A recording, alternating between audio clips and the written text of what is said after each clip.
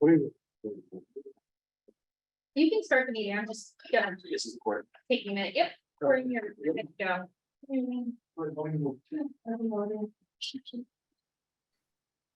Okay, I will open up this meeting of the Maynard Planning Board. It is Tuesday, January 10th, 2023, and the time is 7:05 p.m. This is a hybrid meeting, meaning people can join either virtually, online through a Zoom call, or here in person at Town Hall. And we have Jim, so we have 5 members present here, and we have Jim Coleman joining virtually. Hi, Jim, can you hear us? Yes, I can hear you. Yep.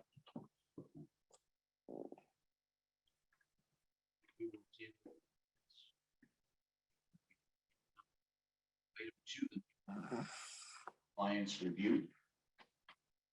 Nuance from a meeting that we held in December to discuss the Maynard Crossing site. And I would like to start where we left off, which is essentially a review of the action items that we determined from the last meeting, and to start with the status of where we are with those items.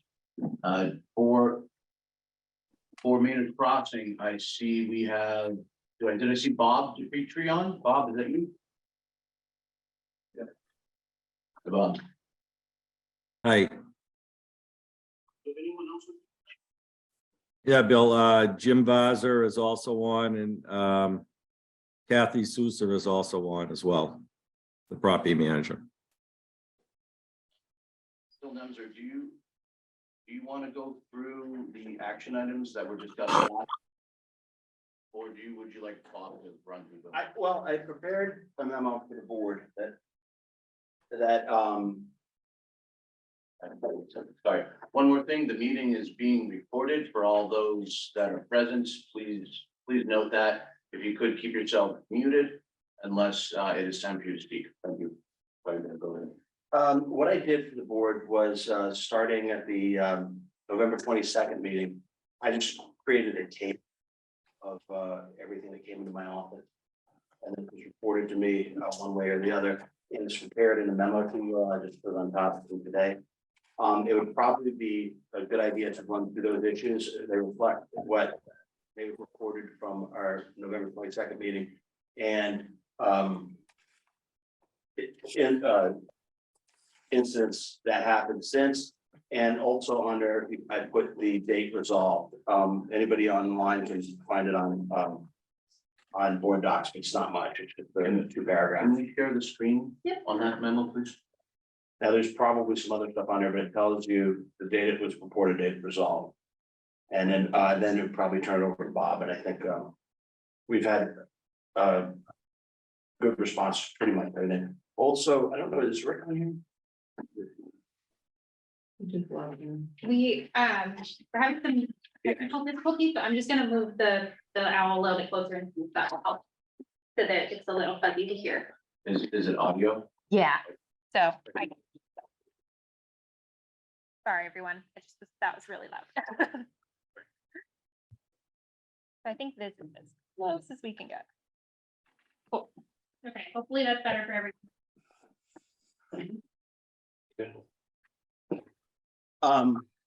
And Rick, as a building commissioner, has just joined us as well. Asked him if he could, thank you, Bob, and I figured it would be assistance for both topics tonight. Okay, let's go through these one at a time. If you could zoom in a little bit. Yeah.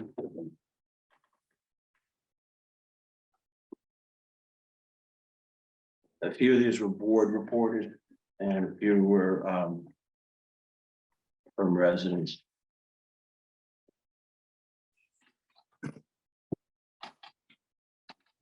Go ahead, Bill. Oh, you want to read through? Let's read through. Oh, okay. Yeah, well, we had the Dunkin' Donuts signage was originally reported at our November meeting. And I had another report a couple of days later. I've had on the 7th, December 7th, it was resolved, when the board made 2 visits over there. Thank you both. We had a report of a high-pitched noise from Market Basket. We had a report that was reported on the 5th of December, resolved on the 9th of December. I'm not sure what the sound was, but both Market Basket and the property manager responded to that. And that was an observation after our last meeting. Yes, that came in. Yeah, I don't know. I don't have any information on what it was or what happened, but it was resolved. Report of attendant building signs, the illuminated signs after the authorized hours. We checked on that, the board went out there and determined all lights were off at a 5:30 visit. The building signs we're staying on were rewired and are shutting off when they're supposed to. I'll let the property team comment further on that. One thing to be clear about, building R2 is authorized to have later hours for lights. That's the one with the gym in it. And so the lighting there is to be on. Of channel lighting, site visit confirmed signage for 110, could be mistaken for a reverse channel, but it is not. We had 2 site visits for that from the board. This, I'll have to ask Rick about this. There was a report of a lit sign in Jersey Mike's, which is governed by our signage bylaws. There are instances where they are permitted, where you see like an open sign or that type of thing, but you can't have a regular sign in there. That is, at this point, I don't know if we have the resolve there. Right, I'll ask him. I don't know. Yeah, I don't know if Rick is prepared to discuss that or not on that. And then we had report came in of flickering lights. That was a board reported and resolved. That was reported on January 3rd, resolved on January 8th.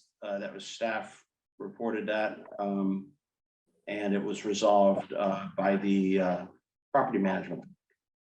And I think Bob Petrie had, I don't know if he has some other things or his comments to add to that, but that's what I have.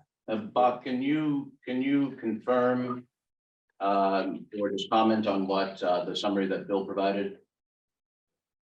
Yes, Chris, I think it's accurate what Bill reported. The only thing I think on the overall signage lights, which were permitted to 11:30, I think after the last meeting, we said we were going to roll that back to 11 o'clock. And I think, Kathy, is that the case? We turn those off at 11 o'clock now instead of, there's no reason to have them on till 11:30.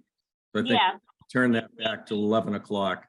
yes, I reached out to the telematics and those have all been adjusted and are set to 11 p.m. now. Okay. Bill, the flickering lights problem is still going on. Thank you, Jim. Thank you, Jim. Okay, so just give me a second here. There's 2 items that I would like to discuss first. So regarding the channel lights, who made the determination that they're non-channel? Well, when they were originally permitted, they went through our whole, review process. The determination on this last one was a couple of members of the board went out and using our definitions. I can see how, or like the comment said that, it could be mistaken for, because it is a subtle difference between the rear lit and the channel lighting. But I mean, if anybody on the board have a comment about it? I was one of the people who went out to look at it and took a lot of pictures, and I spent a lot of time out there looking at it. It is a subtle difference in that, I'm sorry, I don't have the definitions in front of me before, but the lights are supposed to not be facing Like backlit. They're not backlit, correct? Like, so the lights that are present, for example, on 110 Grill, are facing facing into the building, but the building is reflective, so therefore it can give the impression of being backlit because the light does bounce back in a similar fashion, but it is not a reverse channel lit sign. I looked at a lot of definitions and I took a lot of photos, so I feel confident about that. For example. I can pull through. You did explain all of that in great depth, so Yeah. if we want to pull it up. I don't need that pulled up at the moment. It sounds like. It sounds like technically, from a technical standpoint, they're not technically reverse channel lights from our sort of perspective. Yeah. Is that something Rick should weigh in on too, or? If you feel, I mean, yeah, he's, Oh, Mr. Asman, can you hear us? oh, he was on. He's on. Bill, you want to try to join?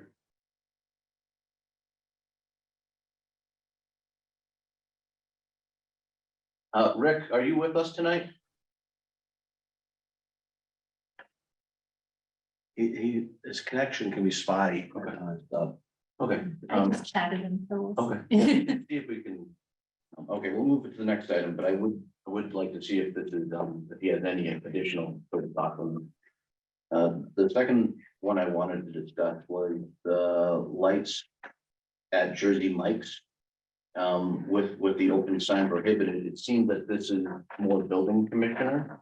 yes, Then it pretty is. cut dry. Okay, so this is something I would prefer if Rick could comment on and help us out with. So when Rick can join us, let's see if we can get Okay. his feedback, okay? I'm aware that there may be public comments on this, but if we could, can I get a sense of what you think about the list that we just discussed? The corrective action on those particular items that were discussed last time, and then I'm happy to move on to public comments on other things as well. Is that fair? There are a couple of inaccuracies on the list. Okay, Would you like me to share them? please.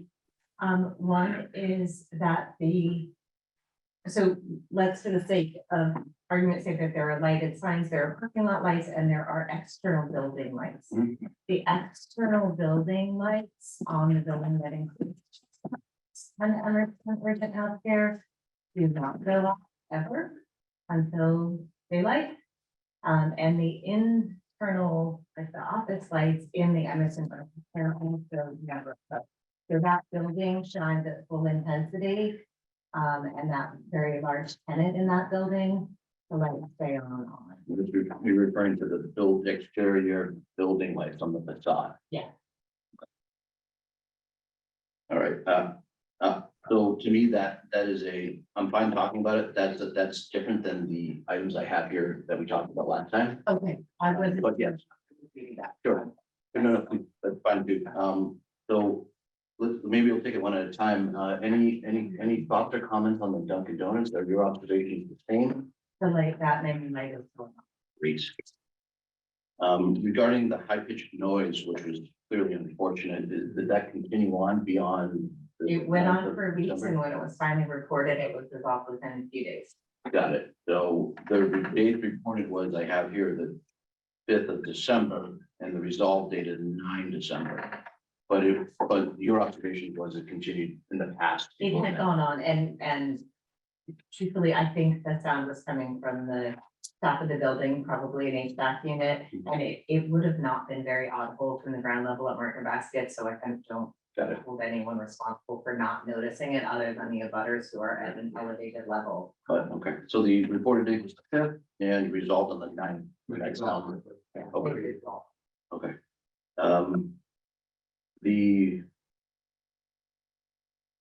So the sign staying on after hours. Those are going on at 11:30. Bill mentioned it, or Bob mentioned it earlier, they're not, I haven't noticed Yeah. that, but they had it's been going off at 11:30, even if that were in violation of the lighted sign thing. And those are the signs, and Yeah. it sounds like from your point of view, the signs are now incorrect. The lighted business signs seem to be turning off at 11:30. I think it might be for a discussion in a moment Mhm. about Capital Group saying that it was a big compromise to turn them off at 11. If that had been something that was gonna sort of be in process, so I'd love to All right, have some discussion about if that's the right timeline. understood. And then, what's your perspective on the reverse channel light? I think this is with the public comment previously that was given an observation that was made. I had called attention to that.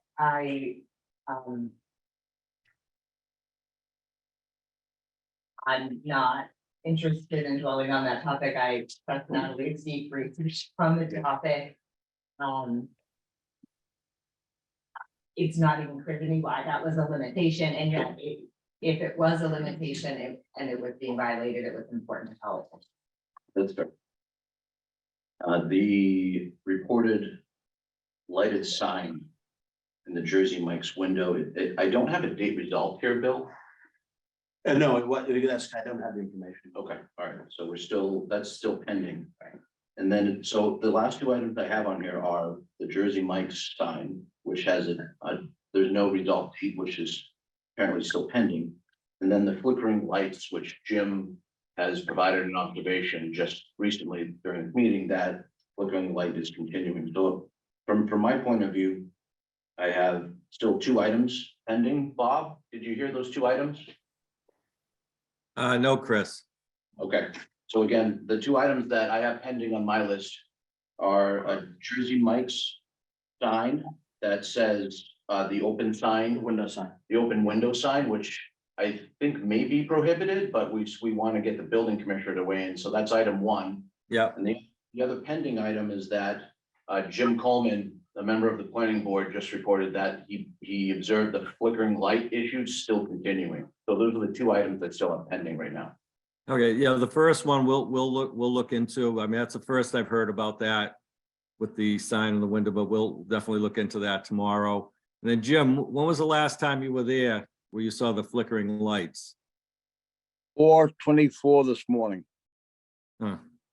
Kathy, Mr. Chairman, just as a point of concern here, I visit that site between 4:15 and 4:30 every morning, 7 days a week. So if there is any reported incidents, if you'll forward it to me, I will check on it the very next morning and report to whoever it needs to be reported to. Could we possibly know which lights, because we had an electrician out there this week, so I just want to make sure that, maybe there's the one that was missed, so.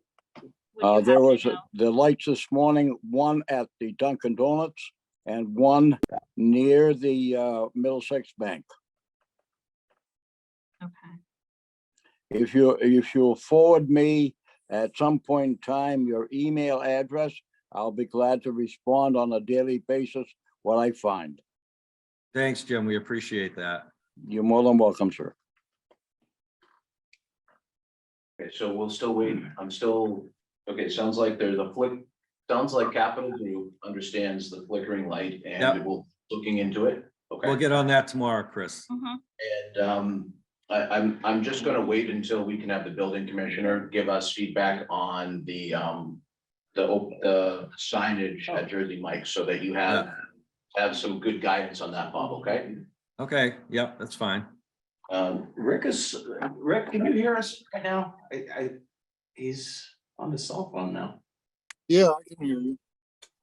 What's the Bill, issue? What's the issue with Jersey Mike's? That was the question about in a window sign, whether there was, it was okay to have the internally illuminated signage. The bylaws say that if it's a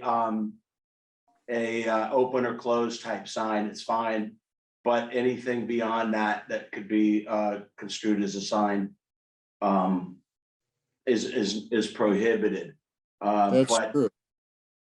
right, but I hadn't visited there. I didn't know if you'd had or had an opinion on that. On what was there.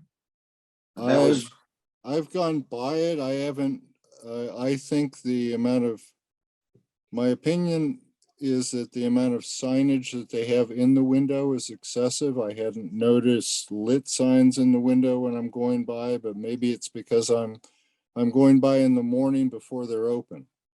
But I can go by there at a time when they're open.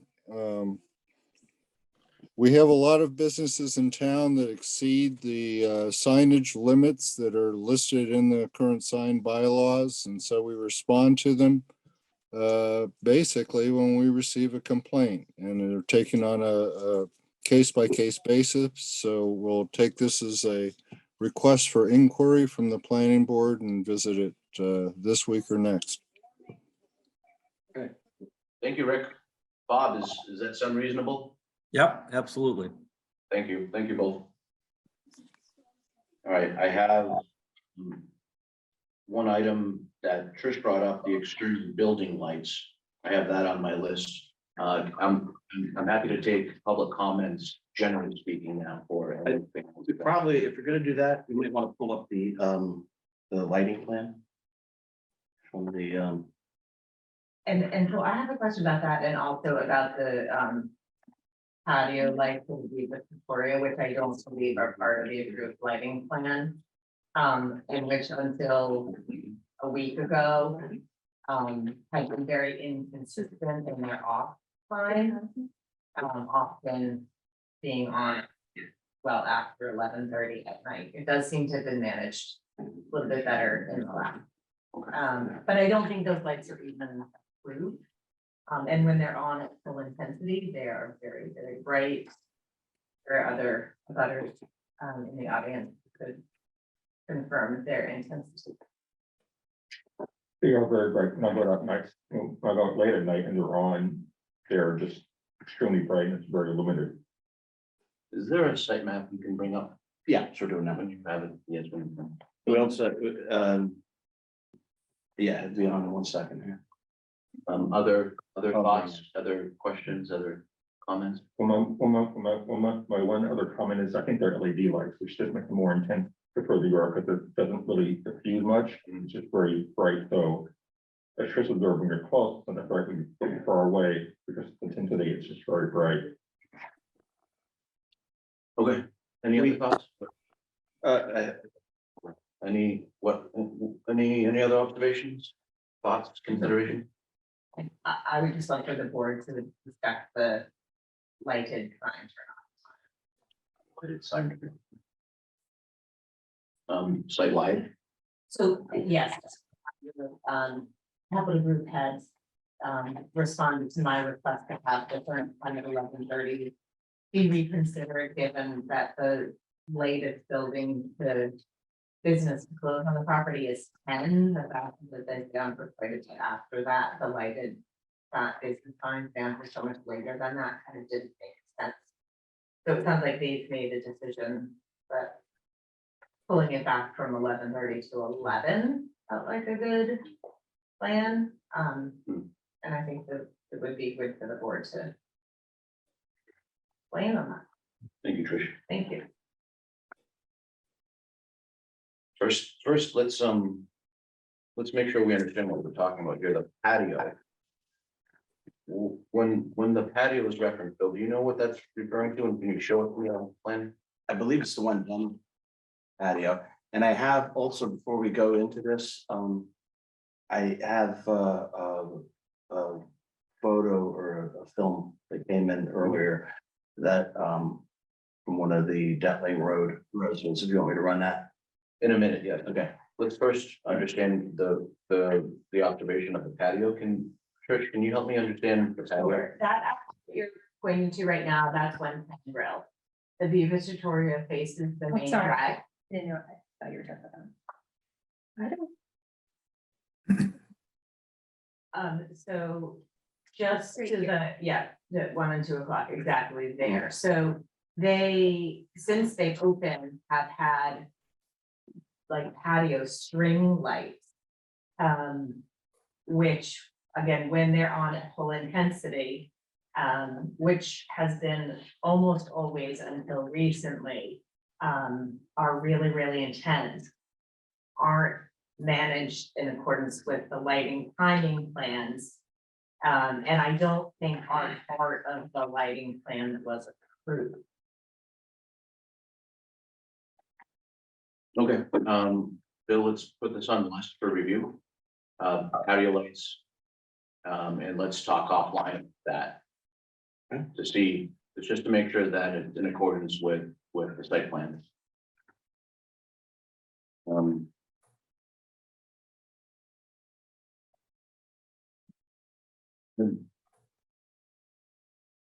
Regarding the external building lights.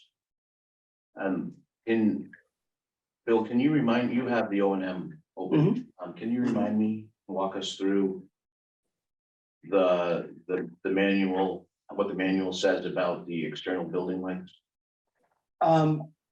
Yeah, we had a,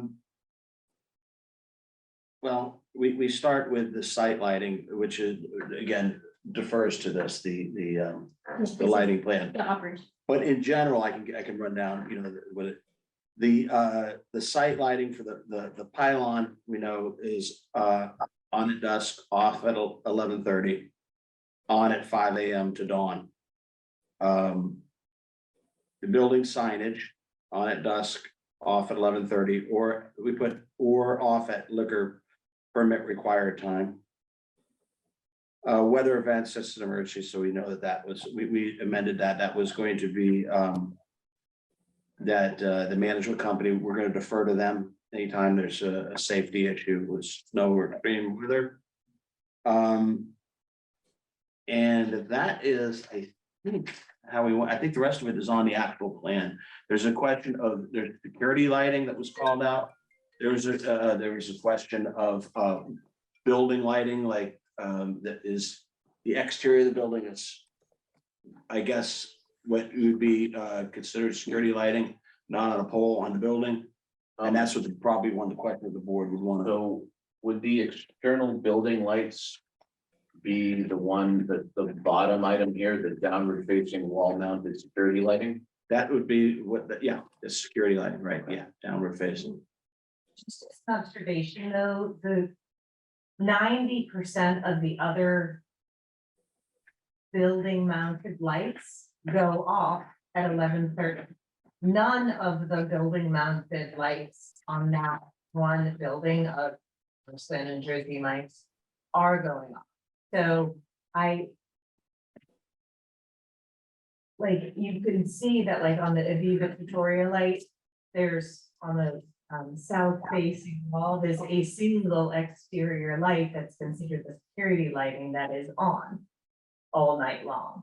But none of the exterior building lights on that Emerson Urgent Healthcare building are going on at 11:30. Can you zoom in? What building number is that?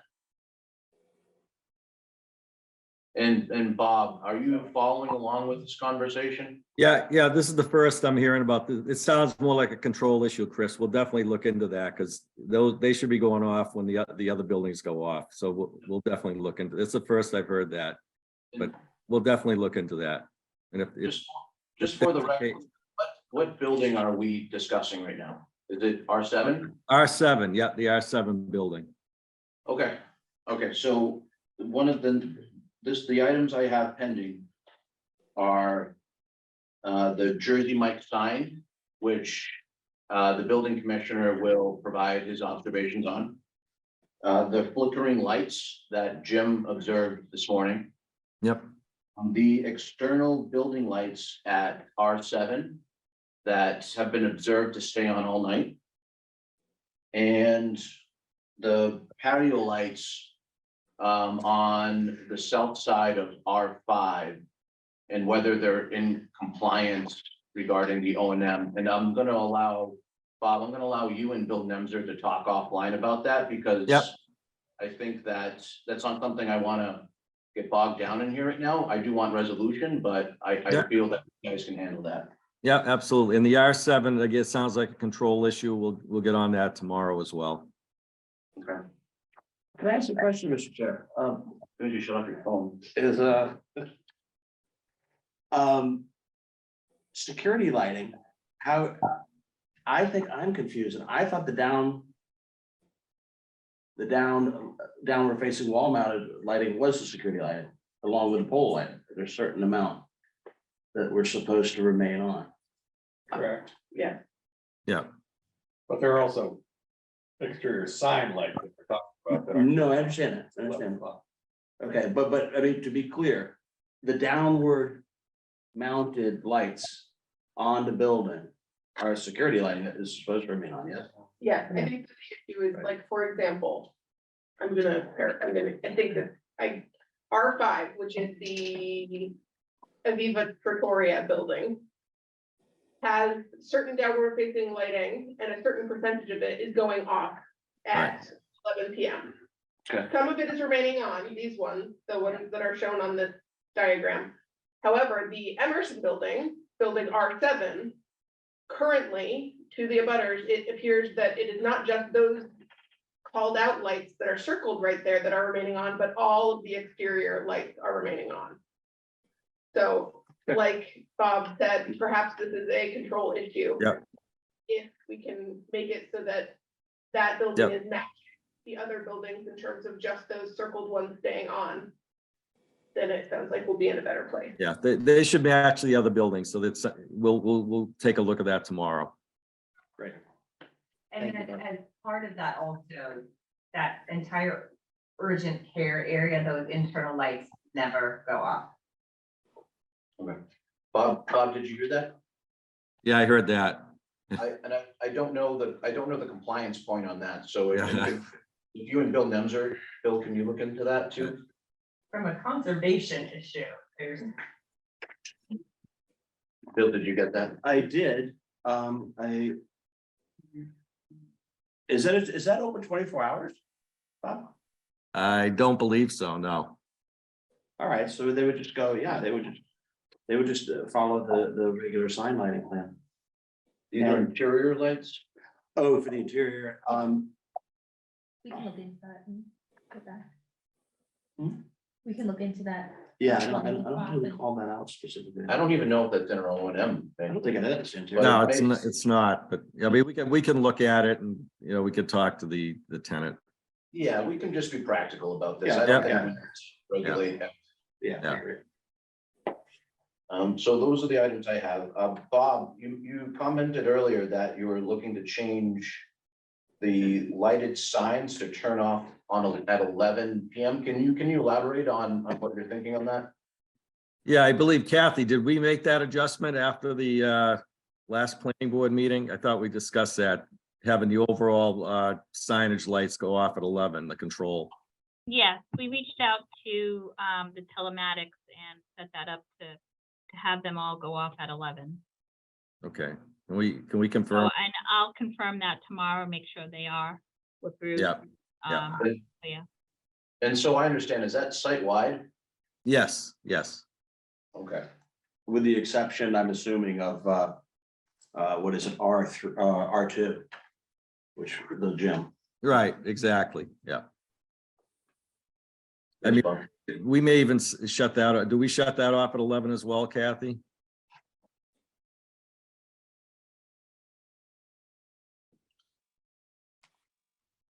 the gym, I'm not sure, I think so, because I think they close, I don't have theirs, Don't they close at 10?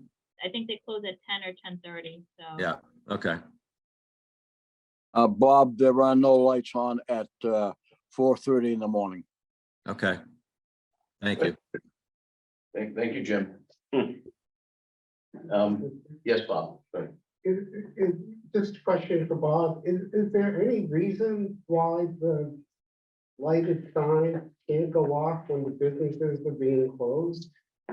So it just seems to me that if people drive by and they see the lights on the building lit, think the business is open. If the business is being closed at 10 o'clock, then why not shut off the sign light at 10 o'clock?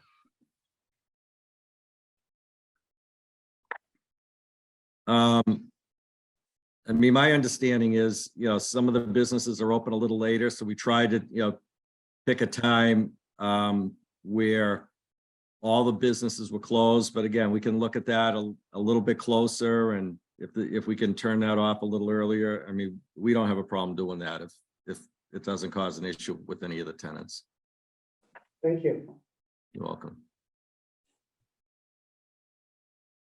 So I have 6 items that we've discussed tonight.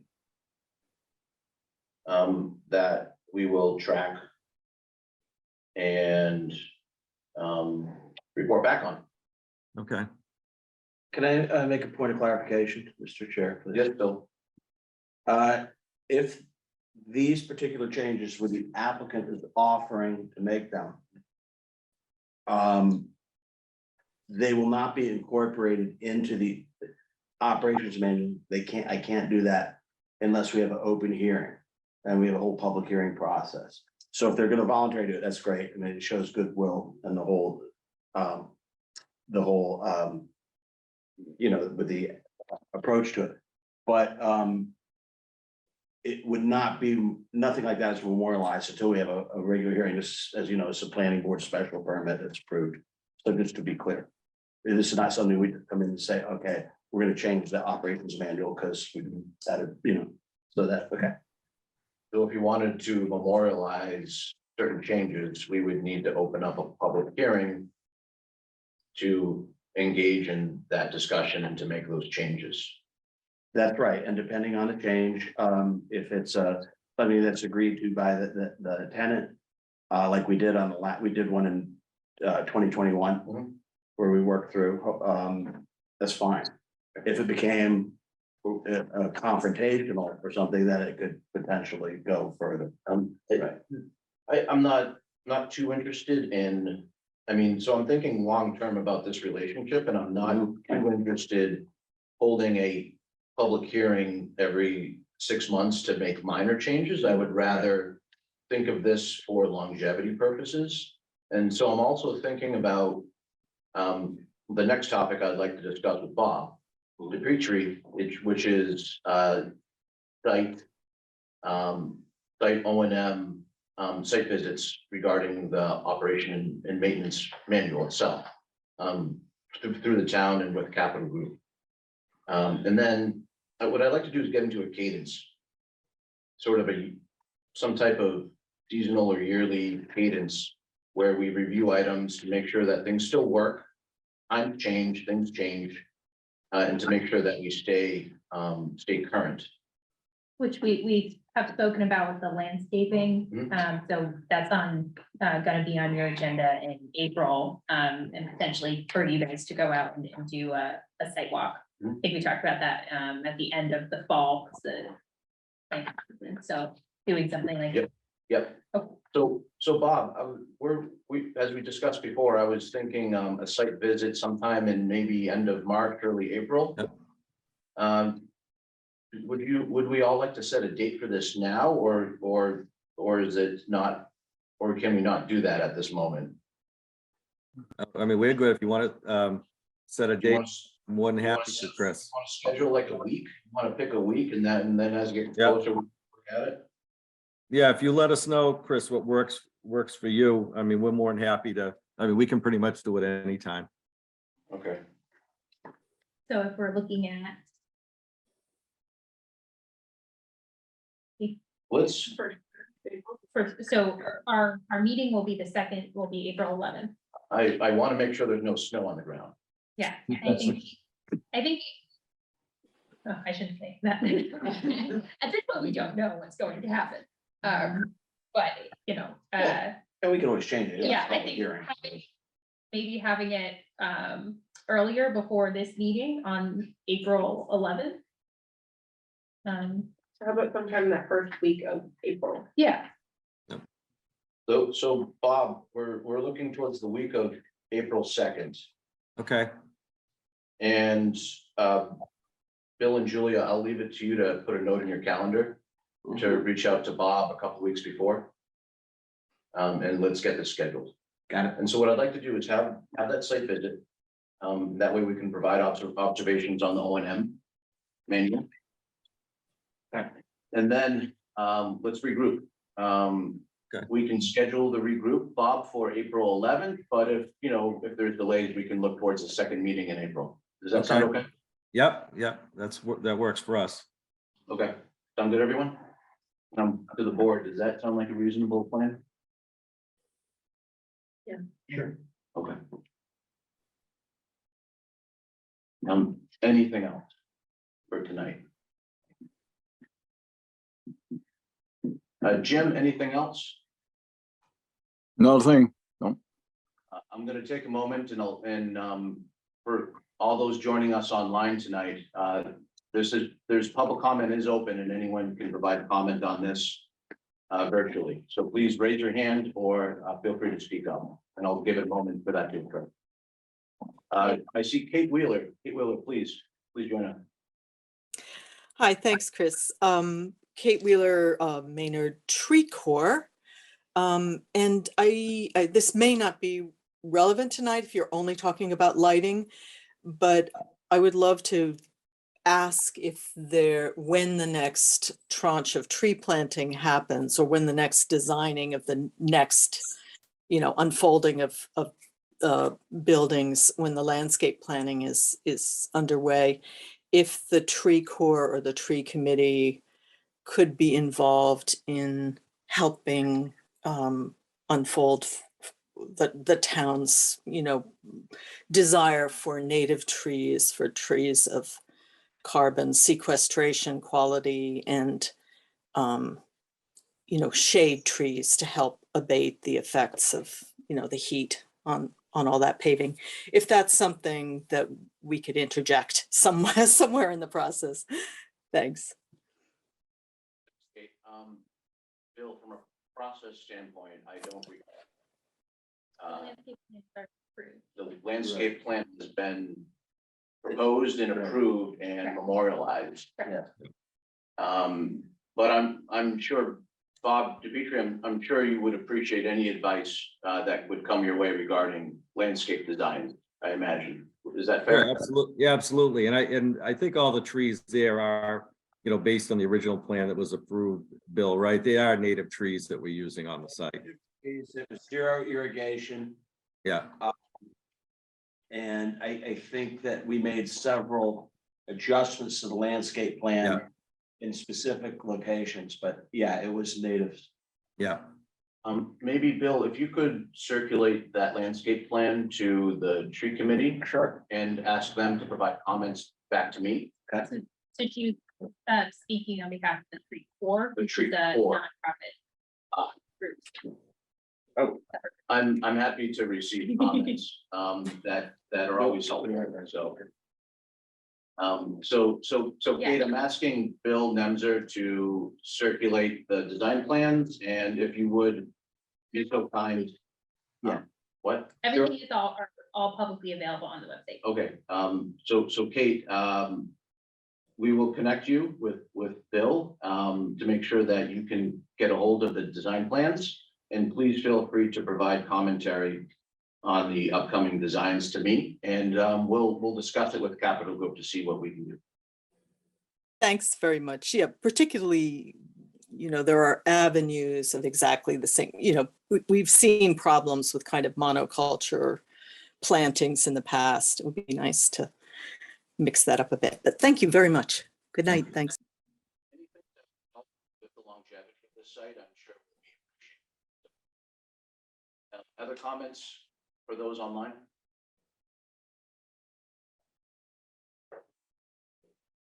Okay, this is not a hearing, so there's no need to vote for a close, but I believe Bob and Kate, thank you both for your time tonight.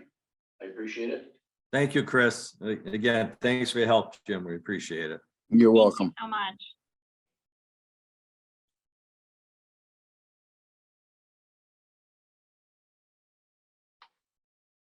Wow, okay, so that was item 2.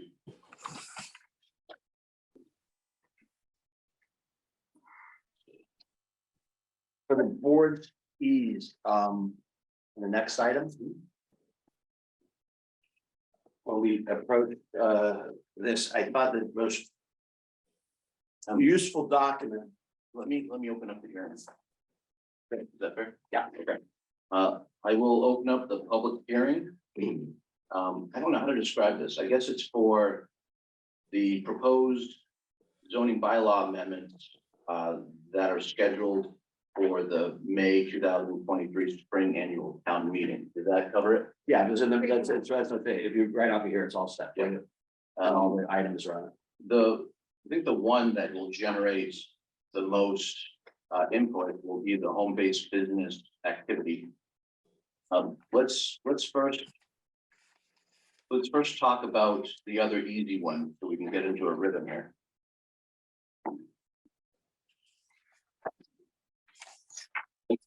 Thank you.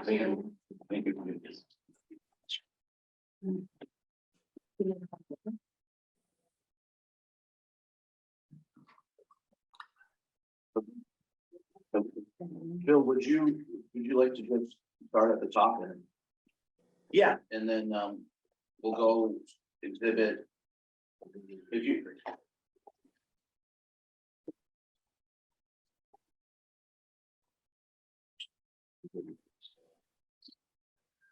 Sorry. That's okay. If you could open up. Sure. That attachment one, which has the number of exhibits. So that members virtually can see what we're discussing. Yes, I will do that. And then we can take these in order. That's on the, okay. 1 second. There's many things that Wait, we we got- put up. What would we like? You want the agenda item up first? Okay, Okay. let's do that. Yeah, it's on the agenda. I just wanted to make sure everyone online can follow what we're discussing. Yeah, so that's why I can quickly pop, if we're gonna show that. Up on there. Well, not really. I'll just- I can do it. Yeah. Okay, so we're looking at attachment 1. Yeah, this is just a summary of everything we're gonna be discussing tonight. Okay, And then if you all, the entire text will be in the memo from from me to the select board dated November 30th, which is also available online. Okay, let's scroll down through. So the first item we will talk about is exhibit A, which is section 7.2 of body art regulation. The next one we'll discuss is exhibit B, revisions to section 11, which is associated with, we'll probably talk about these together, associated with that. The third one is section 3.1.1, which is also associated with, I'm boring Jim.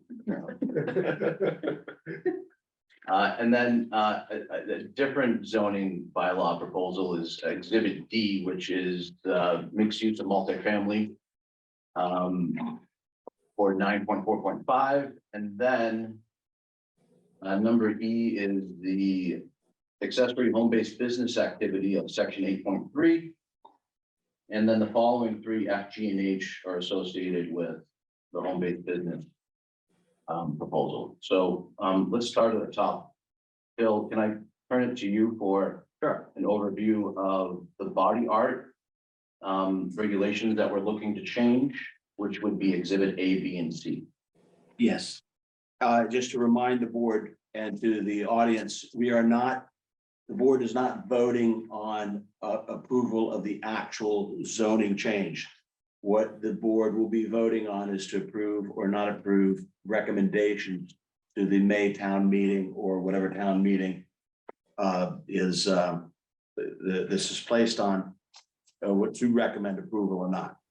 So the first item is in regarding body art. The planning board has found that we've been working on this for quite a while, and the existing language that was contained in the zoning bylaws is repetitive, it's outdated. And the board in conjunction with staff felt that it was more appropriate to govern the siting of these establishments where we would normally find like a hair salon or a personal servitude. So what this did was it eliminated the entire section 7.2, which had specific regulations regarding things such as hours of operation, distance from dwelling units and a number of other regulations, all of which you can find on the full text if you wish to read through it.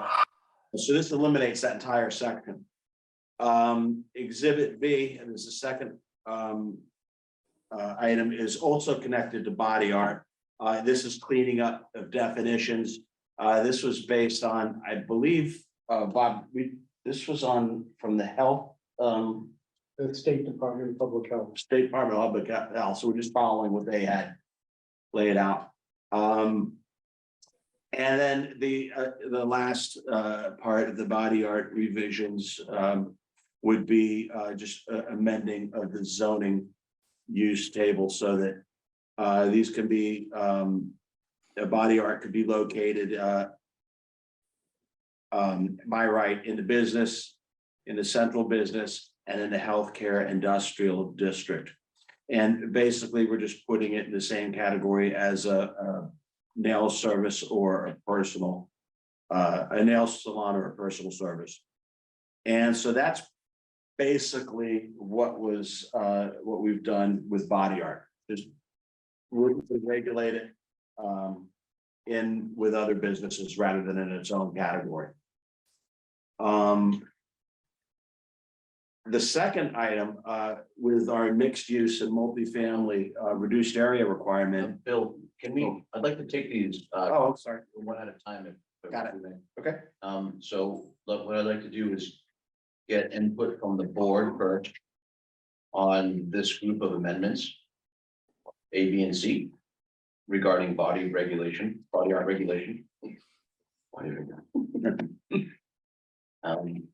Any thoughts, comments, questions from the board regarding A, B, and C? I'm thrilled to update the antiquated notion that body art is something radically different than getting a haircut. There you go. No other thoughts? I second that. From my perspective, the regulations are antiquated and this is a change that should have been made a while ago. And I'm happy to do so. I'll open for items A, B, and C, I'll open it up for public comments and feedback on A, B, and C regarding body art regulations. Please raise your hand or feel free to speak up online. Just raise your hand if you want to speak up on either. And we can't tell if you're yawning though. So, I see no hands and I hear no voices. I'll allow comments later on too, if anything comes up regarding this, but we will move on. this is, when you say you want to take these individually, do you want to vote on them individually? Or do you want to discuss them all at this point? Or still on? I think let's wait till the end. Okay, but there'll be individual items grouped as we have them here. I think we will vote on A, B, and C collectively. Right, okay, Together. And then have separate votes on. There's three categories here. We have A, B, and C as one category. D as a second category. And then E, F, G, H as a third category. So that's how I'm conceptualizing it. Was it helpful? Did you want to continue to share? Yes, please. Okay. So let's go to exhibit D as our second item of topic. This item is an amendment to our downtown overlay district zoning. It's not so much that it's amending anything to do with the zoning, dimensional regulations or anything like that. This has to do with our affordable housing component of our density bonus. To make it, I guess, as easy as we can. Currently, affordable housing is defined by individuals making 80% of the area median income.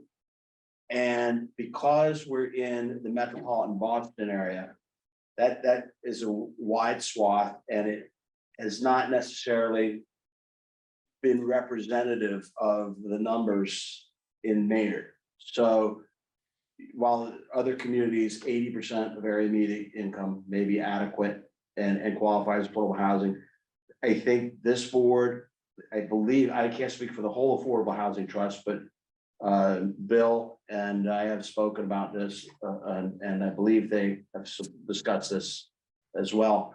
Believe that we should make strides towards requiring our affordable housing, a certain percentage of it to meet 60% of the area median income. And the reason is, we think that that would be more appropriate to not achieving what the intent of the state is with their affordable mandates and components, but it's also in the long-term interest of Maynard as a community, and it reflects our demographics.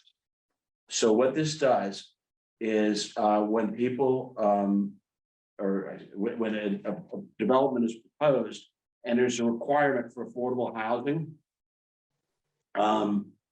we created a formula that will require a certain amount of the units to be affordable to those making 60% of the area median income.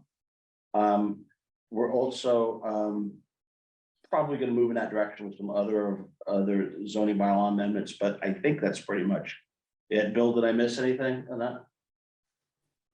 No, just reiterate though, that this only applies in the downtown overlay district if the developer is asking for more housing units than allowed by the base zoning laws. That's correct. So Doesn't apply density, anywhere else in town. no, right, and density bonuses, which are additional units. Now, to also for, I guess, for the audience, we have had a pretty decent amount of success with smaller scale projects. And we've created a number of affordable units over the last few years, probably, not probably, because of this. And so we figured that this would be an effective tool. And for those who are not familiar, the town is required to maintain 10% of its housing stock as affordable. If the town does not maintain that number, we lose certain zoning rights and can be susceptible to what they call an unfriendly 40B, where it's something where we could lose some of our right to zone specific areas. So it's in the town's interest to maintain 10%. We're at 9.6 currently, which and we just have been increasing it steadily. So we are protected. But we have to keep making strides towards increasing our affordable housing stock. And so, just to, on the state, we're doing better than the state, but that's the goal. We want to do, the state requires 80% AMI, we would like 60. Through development agreements that we have done in the past, or the ones that I've been involved with in the past year, we push for 60. We're in the room, we're pushing for 60. 80 is the requirement, so they're not going to do more than they're required to do. So this is really our opportunity to get 60% AMI and more actual of what we know is actual affordable housing compared to the rest of the state. Yeah, and the idea that these are bonus units, it's not like it's, there's a bonus as an incentive in the first place. So if and so that's kind of why we thought it was a perfect place for it. Thank you both. Any comments, feedback from the board? Just that I'm thrilled to see this moving forward. I did a lot of reading in the housing production plans, for fun, but also for other reasons. And the greatest need is in the 40 to 60% and even lower. So I think 60 is a great stride, and hopefully going forward, we can work with other zoning areas as well.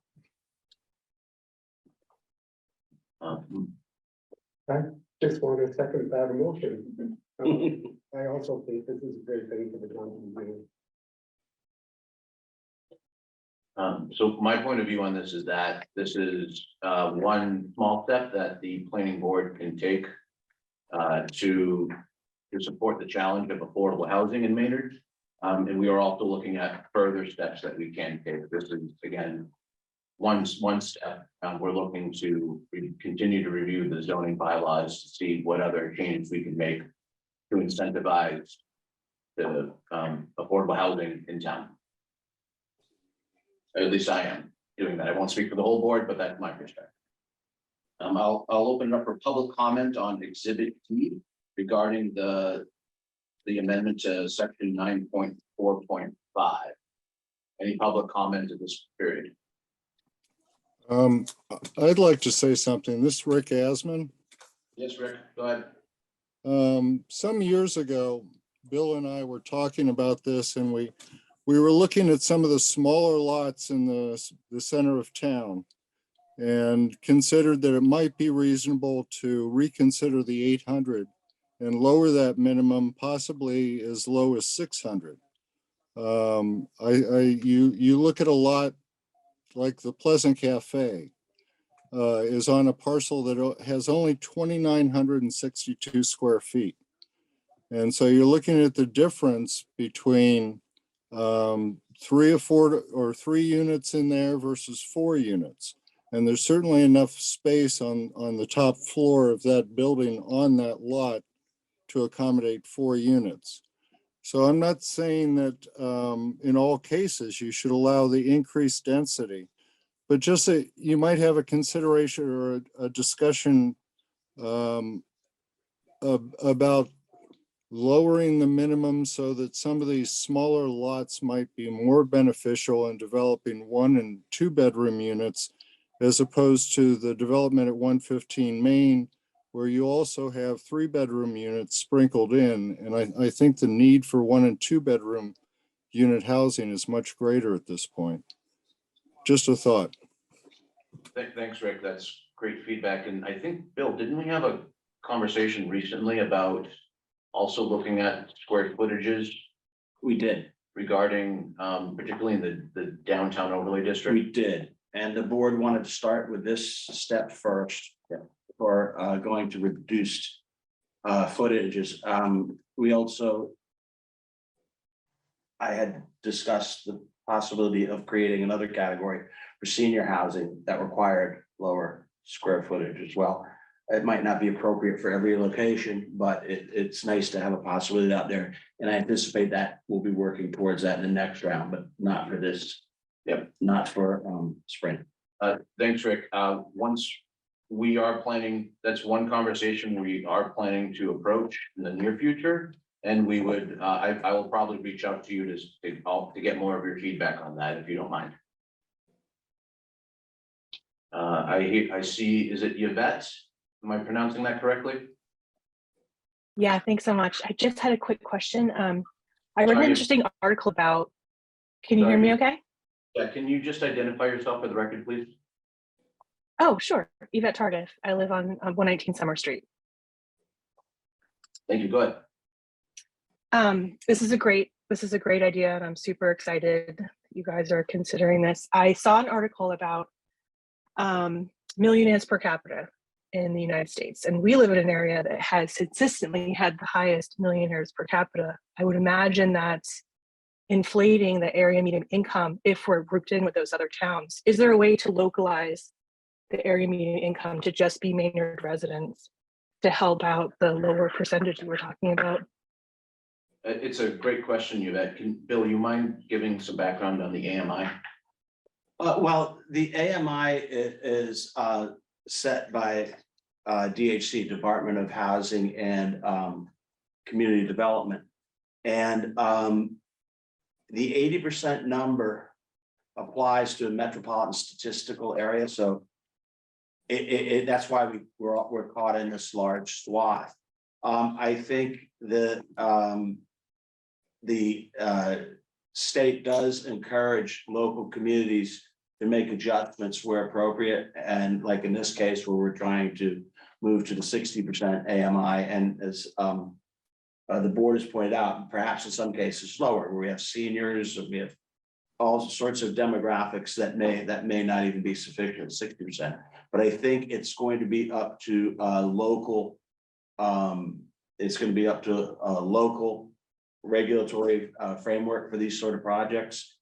And probably the biggest key to is educating the public so they understand like what the numbers are locally. And that's why our housing production plan is so valuable and so it's so important to have because it does reflect our demographics. And the AMI number that we have is set by the state. Yeah, well, it's the metropolitan statistic areas, right? We have a region that we're categorized Exactly. under, but that's out of our hands. That's Like, right. AMI is not our determination. That's right. But in our housing production plan, it kind of puts that in perspective. Thank you. What we see here on the screen is what is determined regionally for us as the AMI. Okay. And if, could you scroll up a little bit? Because I think it has. Yeah, so our- we can see how many towns are Yeah. actually Oh. in our area, which is considered the Boston, Cambridge, Quincy, Maynard and each metro hub. So, so Yvette, you bring Okay, up so we a- don't have control over it. It's Or- predetermined by the state. You bring up a great point, but when it comes to the AMI, our hands are kind of tied, but I think the larger point you bring up is that there may be other tools and techniques that we have available to us that we could explore. Any other feedback? Awesome, Yvette? thanks so much. Good luck. Other comments? from Sorry, the what was public? that? Oh, I was just thanking you for your comment. Oh, thank you. Thanks so much. Any other comments from the public? Jim, any thoughts? No. Okay, let's move on then to exhibits E, F, G, and H. And these four exhibits are in reference to the accessory home-based business activity, as we're calling it, the AHBB. Which now sounds unfortunate. Bill, would you mind giving us a high-level overview, and then let's go through each exhibit one by one? Does that sound reasonable? Yes, and then I think Or would you like to go straight to the PowerPoint presentation? no, I think a high level and then the PowerPoint would be good. Okay. I think this is basically all of you know this, but this is for the public. Over a year, probably close to 2 years ago, the zoning board of appeals had been considering a number of special permits for two categories the town has of home type businesses. One is what they would call a home occupation. And these definitions were antiquated. Can we bring up that, I mean, if we're gonna talk about it, I want to see it on the screen, the old version, The really old one? the current law. I want to. Oh, sorry, yeah, that one. How it antiquated is. Yeah, I don't see it. Yeah, well, it's based on one from the 50s that we have to. But while Julia's bringing that up, and then the second category where we regulated business uses in residential areas is called trade shops. Again, that was with the board's opinion. The zoning board's opinion was that was antiquated, and as we went through, I oversee the zoning board as well. And as we went through several years of doing hearings for these, there were some areas that kept popping up, and there was also a general sense that there was not a clear path for the zoning board to act.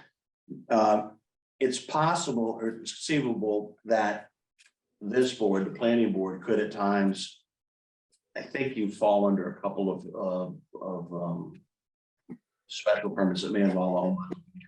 In general, it's the zoning board of appeals.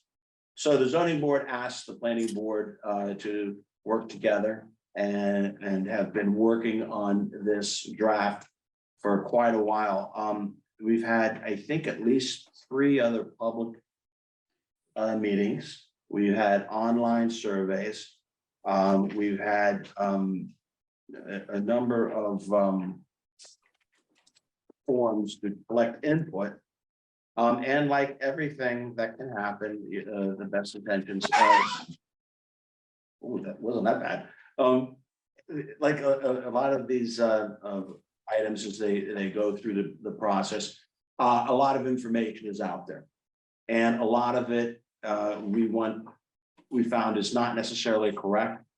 And a lot of it needs some clarification. So we've designed a PowerPoint that is going to talk about basically what's been done, what exists now, what has been proposed, why it's being done. And I think it will help the public, and I think it will streamline some of the discussion items for the board as we go through this. And if Chris, if you would bring us, call it up, you bring it through? If you want to bring through the PowerPoint, we'll call it up. Yes, I do want to just look at the current. Oh, 8.3 first. yeah, it's ready. I want to see that, and then we'll go to. Yeah, we want exhibit G. 324, 325, they could. Is that it? Exhibit G shows the strike out of the existing language. Thank you. Yep.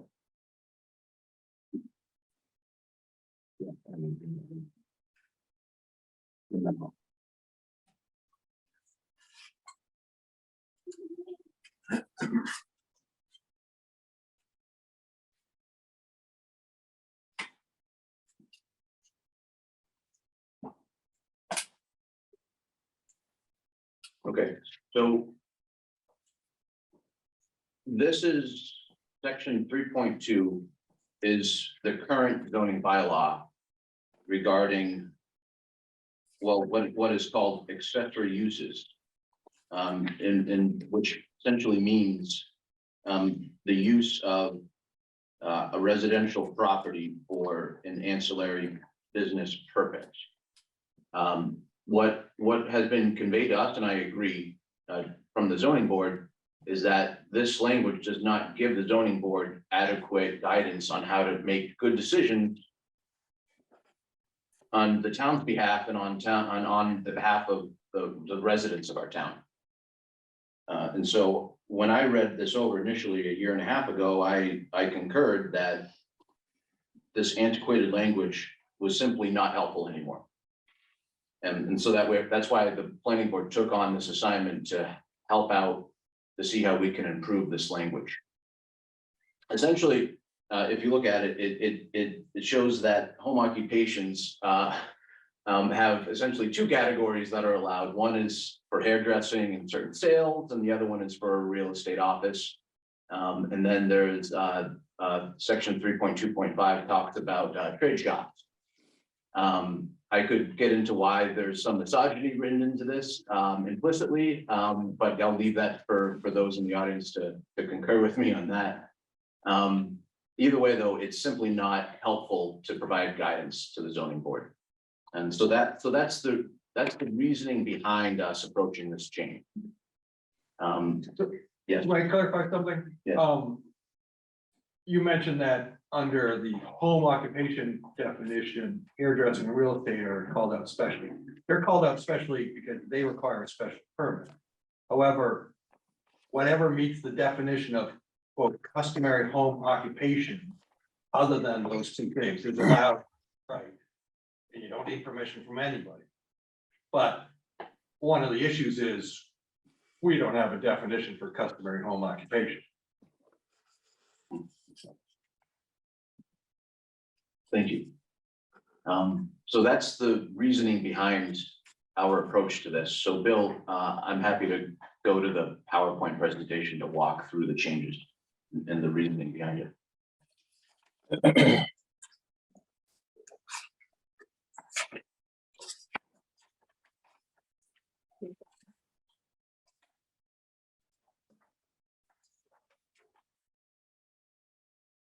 You want to go through this, Bill, or do you want me to? You want me to? I think so. Okay. So as we looked at the current regulation allows many businesses by right or by special permit. But there's just not good guidance on what essentially, the sort of by right is regarding the customary use. And the language itself was, just unclear, right? And antiquated. Trade shops as a category, doesn't really encompass, all sort of potential antiquated activities that may occur on a property. And based on recent experiences from the zoning board, again, the current regs are just not adequate for good guidance for decision making. Next slide. Bill, you want to cover these? I think you do a better job at them. Okay, a home occupation, the whole idea of it is that it's incidental to the residential use of the house. So there are times in other categories in other zoning areas where it may be the other way around. As far as this discussion is concerned, a home occupation is totally secondary to the use of a primary residence. When people get, sometimes we had some in our earlier discussions and outreach, people got some terms mixed up. It's totally understandable. That mixed use, which we have in like the downtown where there's residential and commercial uses. This is entirely a different category, and that's not what we're talking about. People asked about taxes and the regulatory framework that businesses require to operate legally in Maynard. This has nothing to do with this registration, anything like that. So currently, if a home business, whether it had a special permit or it was one, because obviously there's stuff always that we don't know about going on. But if there was a disturbance that came from a home business, it would be handled as a code enforcement case. And that's important, and we'll see that in a further slide, how there's a subtle distinction made, but in the end, it's a code enforcement case and it's handled as such. For the businesses, we don't have, somebody sent me a letter today online about the fact that we don't have a lot of businesses that are registered, and that's true. And we probably, right now, I'm not sure exactly, but they're very few. And there's probably two reasons for that. First of all, is the businesses that are permitted understand what their requirements are and are adhering to the the second thing may be that there are businesses out there that are operating that they're just not causing any disturbance at all anyway, and we don't know that they're there. But as a rule, we have not received, I can't even think of the last one a complaint we've received from a permitted home business. Okay. So do you want me to keep going, Chris? Yeah, we covered a little bit of this. So why change now? Well, the zoning board has had recent input and recent experience why they believe that they don't guidance, and I agree with them. We're looking to, one goal of mine, and I believe it, I won't speak for others, but one goal of mine is to continue to maintain regulations that are current with just the general trends in home and work environments. So what I want to have a modern sort of regulatory framework that allows for a modern approach to living. And I think that's very valuable. And that's what I want this change to be. And I would really appreciate impact. I would really appreciate input from the public on that particular point. I want the regulation to reflect the current nature of our living environment and not the other way around. And I believe that the current regulations are a vast improvement to what is currently the current regs. And I do think that a proposed change, either this change or some similar version of it, is going to be very helpful for the zoning board and for the town. The next slide. You can read through these. These are the goals of the proposed change. To again, some of this is redundant, but to provide better guidance, to continue to allow residents to operate an ancillary business at a home that is not impactful or has very low impact. It would hopefully help bring in more members of the community to the permitting process, which I think can be a good thing. We would prefer to protect the neighborhood character. I know that is a subjective sort of analysis, but more from my point of view, more importantly, I want to emphasize the need to maintain current regulations that meet current living environments. And then one thing that we've talked about is to be able to have regulations that allow for the support and continued growth of small ancillary businesses that may have the ability to grow and become larger. And I think that's in line with, and that's with harmony, but I think it's in line with a couple challenges that we see in Maynard. One is that we have open storefronts in downtown. I would like to find ways, and hopefully this proposal is one of them, to support the growth of small businesses that can then grow into maybe proper professional spaces in downtown, for example. Next slide. So this is just some of the, so this is essentially the concept of itself. So the current regulations have, as we looked, have a by right for a number of customary homes.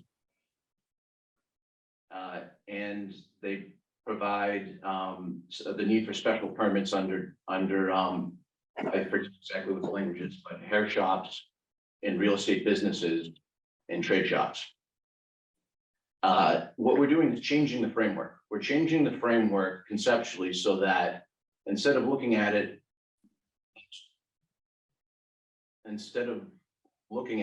in terms of allowed types of businesses and not allowed types of businesses, we're looking at it in terms of impact. And so we categorize these as type A and type B. Type A is a type of activity where there is simply no impact that's available to observe. This would not require any type of special permit. Type B would be that, as we're defining as, there's some type of made that there is a business activity occurring.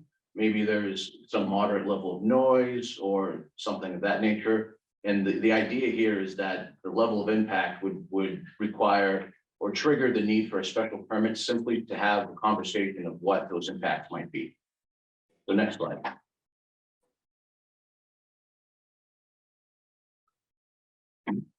So a special permit would be used under this scenario by the board, the zoning board of appeals. It would consider noise, traffic, lights, things of that nature, which we'll get into in a minute. Point is that once the special permit is issued, the special permit allows for the activity to occur as long as it's within the guidance of the permit. Next slide.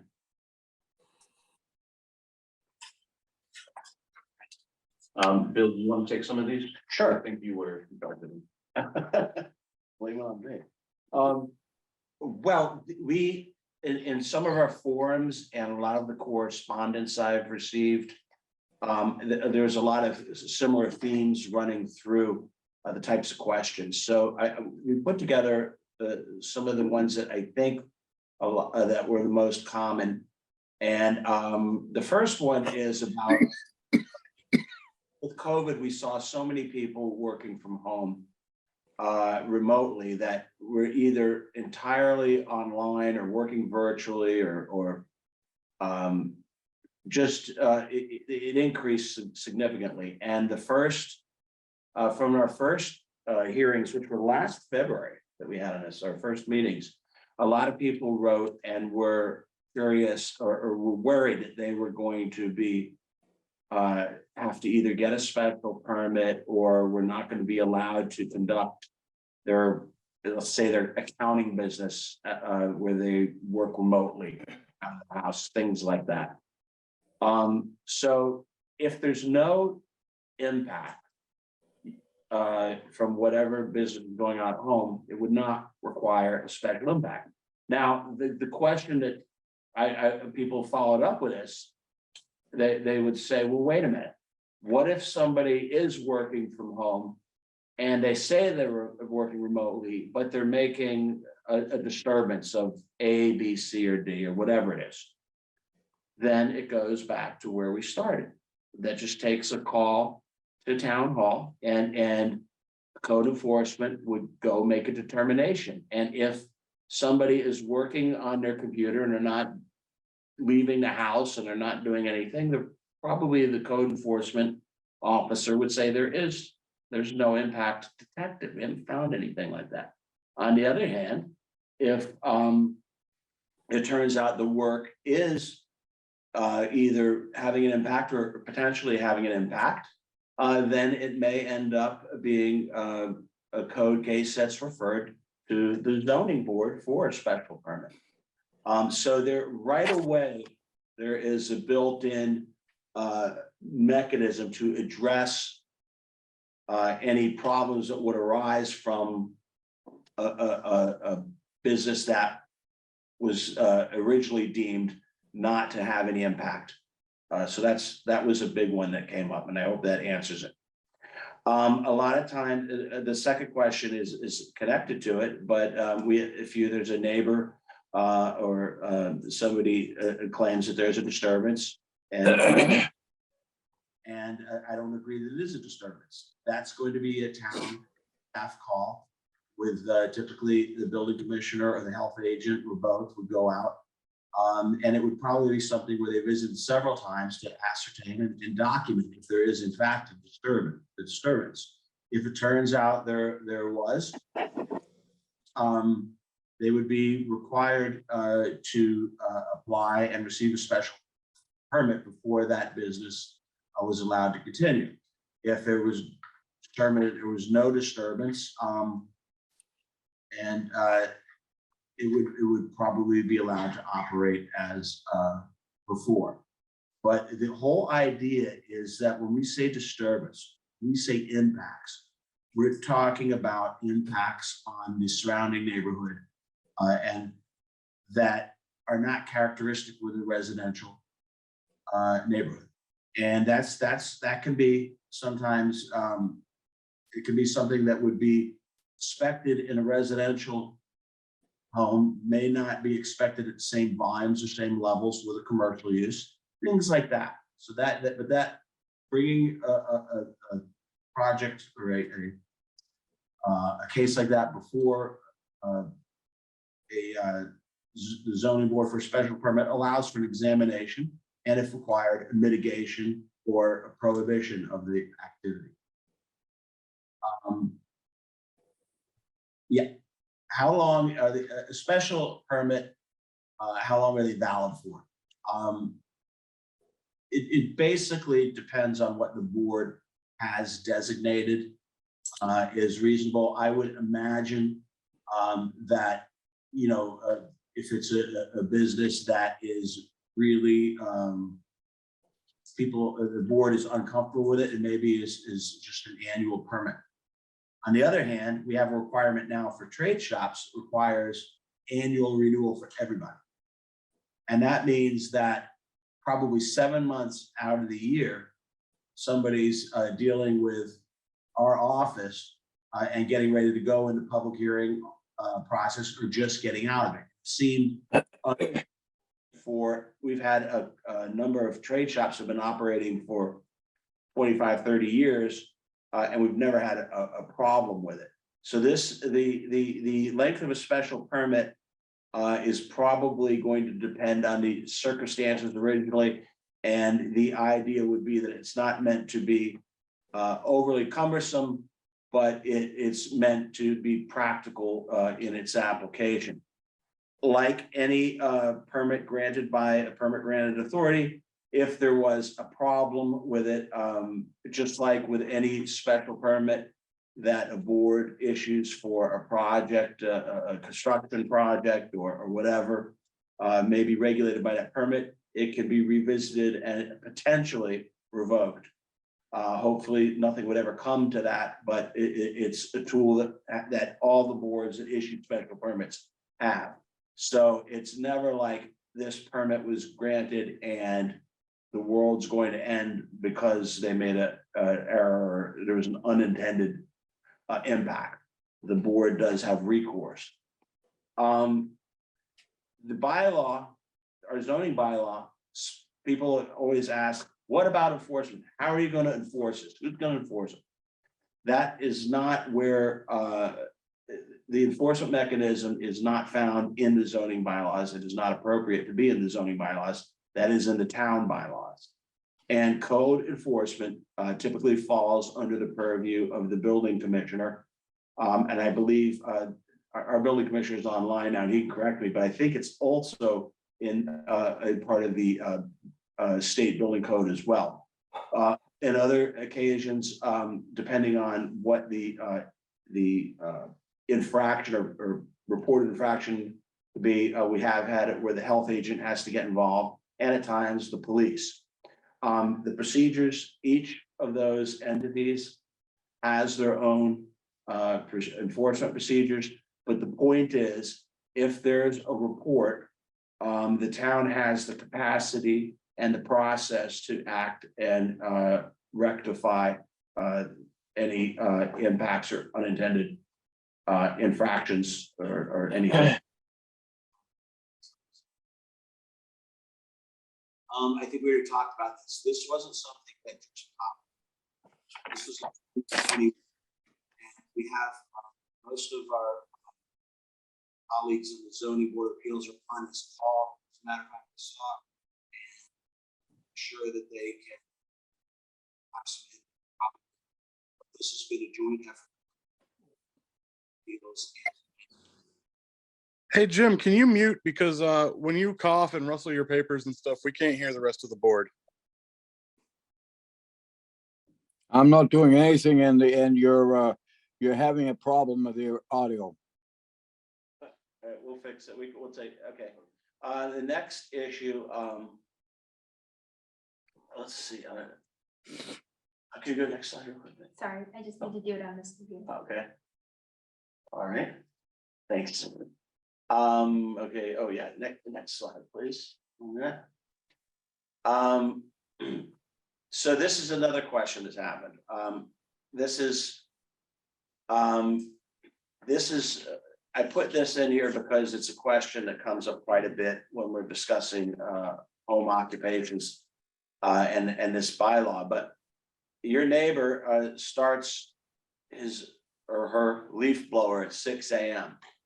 Okay, how does this zoning bylaw, this proposed amendment, address it? And the answer is it's not what this is about. This is those are under the town bylaws, and there's different mechanisms. And if there are changes warranted to the town bylaws, there's a process for that. This board and my office doesn't handle that. We're strictly zoning. The time it would regulate it would be if it was a commercial business, a noise that was related to a commercial business. And then the zoning bylaws may be applicable. But the mechanism for enforcement is there either way.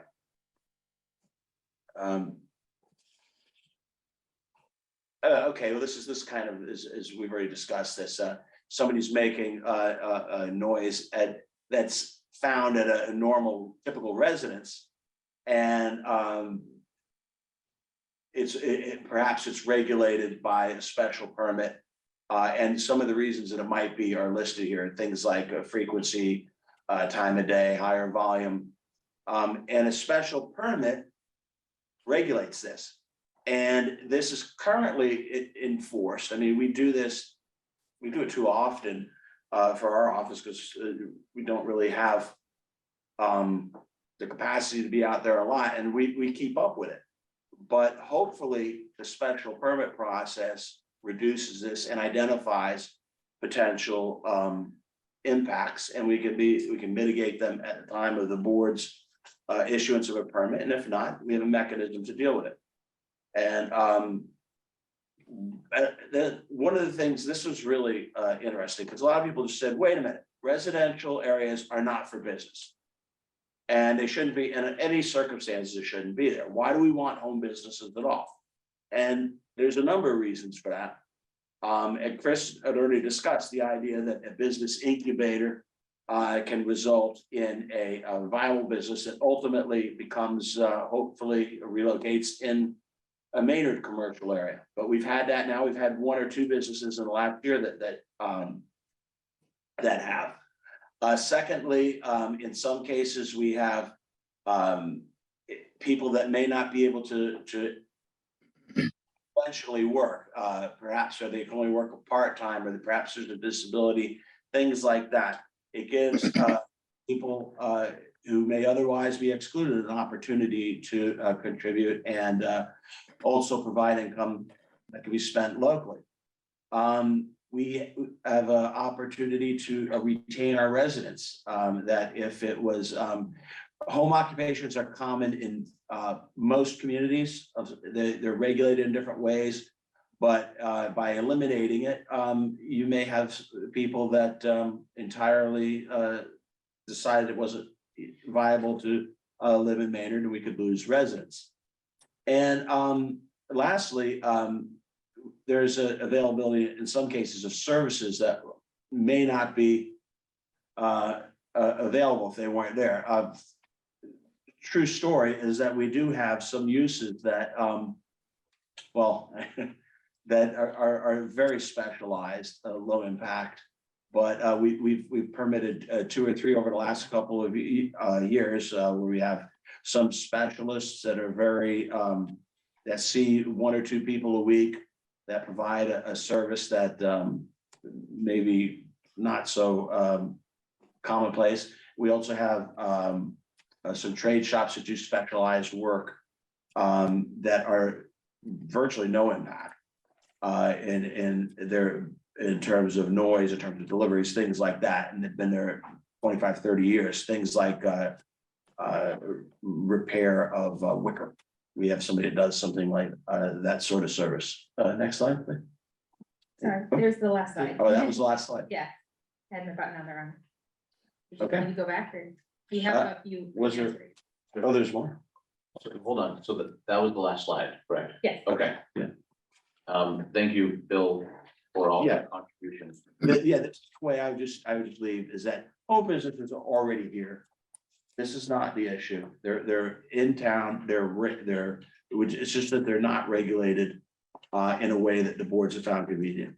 And the second thing is, the essence of this proposal is that the town will regulate businesses by impact and potential impact, not a definition that stands still in time. Our definitions, as we know now, we have tinsmiths listed in there. I don't think we've had a tinsmith special permit. Would it? It's my favorite. The tinsmith is a very good one. You know, and these type of things. So it's by the impact. Yep. Thank you, Bill. I'll first take comments from the planning board, and then I'll go to the zoning board next. Any comments, feedback, perspectives from the planning board? On the specific language in the new one. Whatever you want to bring up for discussion.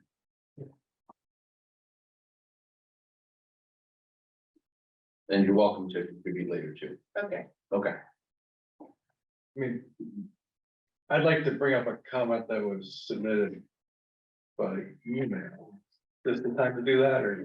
You know, I'm not sure. What do you, we have comments that were submitted, and I would like to do it, to get to those too. You I want would- to do that in public comment? I don't have a good sense on how to approach that. I think your initial sense was I would go through the boards. Okay. The boards, we can go through the public comments and we have some. All the submitted comments you have before you in the clips, I clipped them together. So there's three. Looking to that. Did you have something on? Yeah, you agree? Okay. Okay, so any comments from the board, and then we can review the public comments? Is that good? Bob, anything? Yes. Go ahead, Bob. So Bill, thanks for that wonderful presentation. Sure. Thanks for your presentation, Bill. So one of my concerns through all of our discussions about this has been what I would call the private nuisance type of activity as opposed to the public nuisance activity, which means the impact of an activity on the abutting parcel or nearby parcel, not on the whole neighborhood necessarily. So I wanted to be sure that we are protecting the individual properties in the neighborhood as well as the neighborhood overall, because I see those as two different things. So it may be that the person who lives next door to the activity, it doesn't bother them. It's a subjective thing. Noise is a subjective thing. Odor is a subjective thing. But it bothers somebody 2 doors down. And so I think, if people are going to operate businesses on their property, they can't interfere with the reasonable use and enjoyment of other properties in the residential neighborhood. So having heard your overview, I think I could address my concern with the current draft with a motion. So I'd like to make a motion to change Yeah, that would be language in inappropriate. purpose section. Logistically, you don't want to do that right now. You want to lay it out as a suggestion, and we'll get to that stuff later, but we don't really want to do that one by one. Okay, so, it doesn't matter to me when we do it, but I just think that can I just complete the thought? Yes. If we were to revise the purpose section and tweak it a little bit, then I would be satisfied that we are protecting individual properties and not just the general neighborhood. So that's my focus. and that's I'll my make a focus. note on that Bob, come back with Bob. I think it's fine to discuss Can I hear what? Yeah. what the proposed change of language and would be? instead of a motion, just understand what you're thinking. Sure. So if you look at the purpose section, 8.31, and the second paragraph in particular. So the purpose section to me is a very important section because it basically speaks to how you interpret the rest of the code. So we're going to interpret the rest of the code consistent with what the purpose of the code is.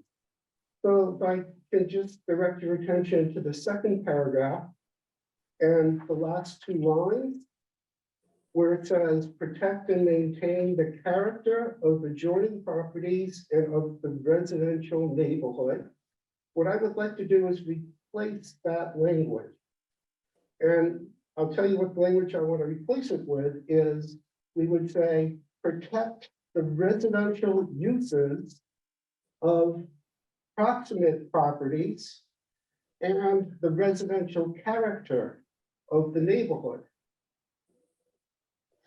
And so what I'm trying to accomplish with that is it's not so much the character of the adjoining property, but the residential use of that property that is of concern to me. And it's not just the adjoining property, but you should, like somebody who's doing a home-based business shouldn't like have an adverse effect on somebody 2 doors down who's trying to use and enjoy their property, and they hear the noise and they don't want to hear it. So that would be, my suggestion for making it so we provide comfort to people that, you know, if we're saying you can do these things out as of right, you have comfort in knowing that, well, if they're really not living up to what's in the type A definition, you can call, the building inspector will go down and make a determination whether they're really operating a type B permit and tell them to come in for a permit. Thank you, Bob. Can you read that line, that line, can you just read that one line again? Protect the residential uses of proximate properties and the residential character of the neighborhood. Thank you. I just wanted to let you know Rick has his hand up. Thank you, Bob. Any other thoughts right now? And you're welcome to contribute. Okay. There is one other issue in the text that I think we ought to address. And that's just, again, it's another tweak. There's a couple places where we refer to hazardous material. And there's a distinction between hazardous material and hazardous waste. So hazardous waste is, you know, the stuff you want to get rid of. And that's regulated by the state. Material are things like flammable material, so toxic materials that you're keeping on site. I think we need to not just address hazardous materials, but also hazardous waste. And I think that's just tweaking the language that's further down. Those were my two main concerns. Did we reference hazardous waste in here? We reference hazardous materials, and I think we just don't, in the drafting exercise, we didn't have a definition Sure. to know that there's a distinction. Understood. Yeah, because I did not see hazard waste. No, if we put like, you're talking about an 833, Bob, like general provisions versus average shall not generate, use or store hazardous materials in quantities greater, and they put something more or less there. Thank you, Bob. And just a reminder, Chris, there are some written public comments regarding that as well, and the quantities that might be allowed without licensing versus what we're requiring. Any other thoughts from the planning board? The building commissioner hit us on that. Rick Asman, I see your hands up. Are you speaking as a resident or a building commissioner right now? I wanted to comment, make a couple of quick comments. First of all, Bill, I want to assure you that my enforcement of zoning bylaws is actually in our zoning bylaws under section 10.1. And it's authorized not by the state building code, but by the state zoning act. Stand corrected. Anyway, I appreciate that we want to try to protect the residential nature of the abutting properties. Considering where you're allowing home-based businesses, they are not all going to be abutting residential properties necessarily, because you're allowing them in, say, the business district, in someone's home, which may be next to an actual business. And so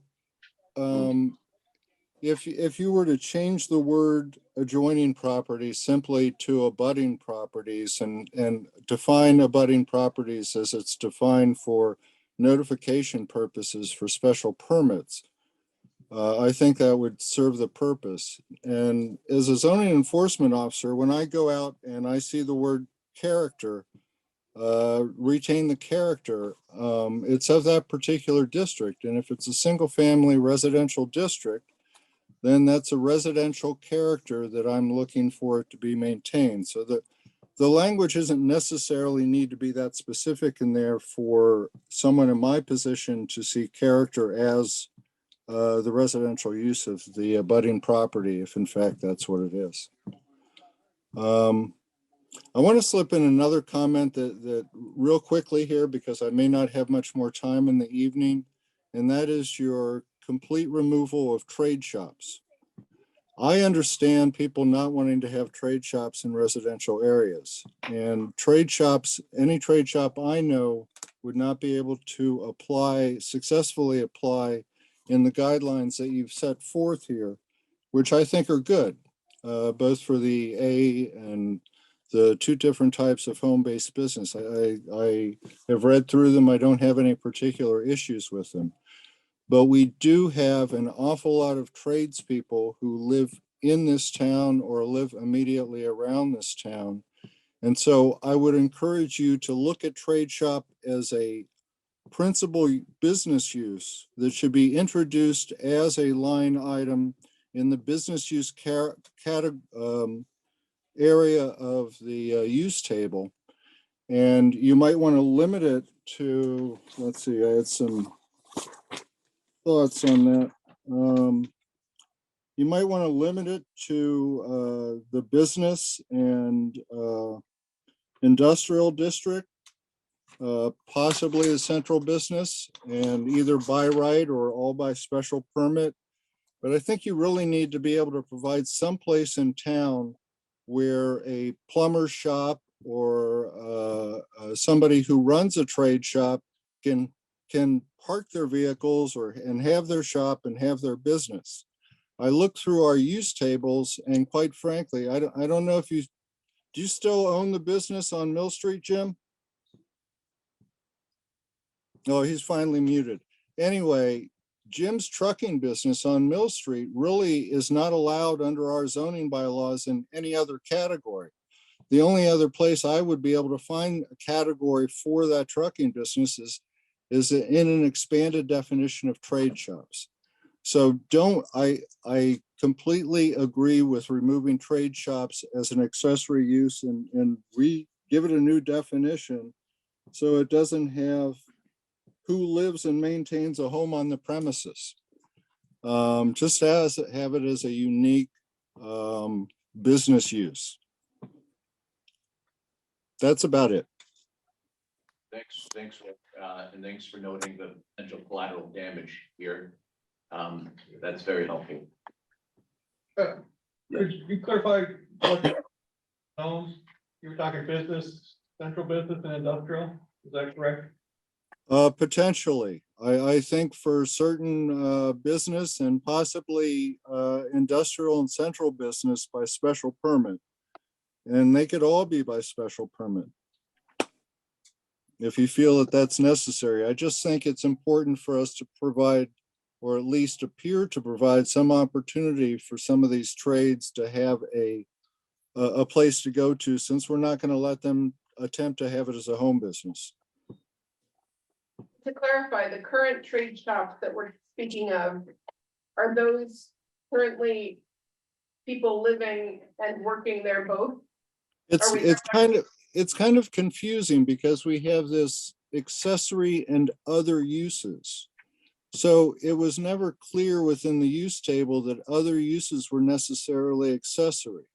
So if someone came to me and asked me about a trade shop, and it wasn't going to be a home business trade shop, but it was just going to be a straight trade shop, I would say, sure, they're allowed by right in the business and central business and healthcare industrial district.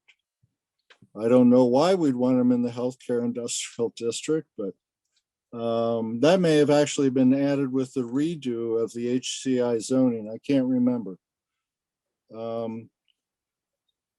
So yeah, trade shops is kind of an outlier that was left in there because it was, and I do think there was a time when these zoning bylaws were developed that there were too many people with vested interest in having them as a home business. But I think we ought to make them a legitimate regular business in business districts. And have and redo the definition, put a definition of trade shop in the definition section that doesn't involve somebody living in a home on the premises, and possibly expand it to others that other trade shop activities that aren't currently anticipated by that. I don't know if we still need tinsmith. Thanks, Rex. Good input, yeah. I'm gonna turn now to the zoning board to see if any members of the zoning board have input on this. I see we have Paul, John, Jerry.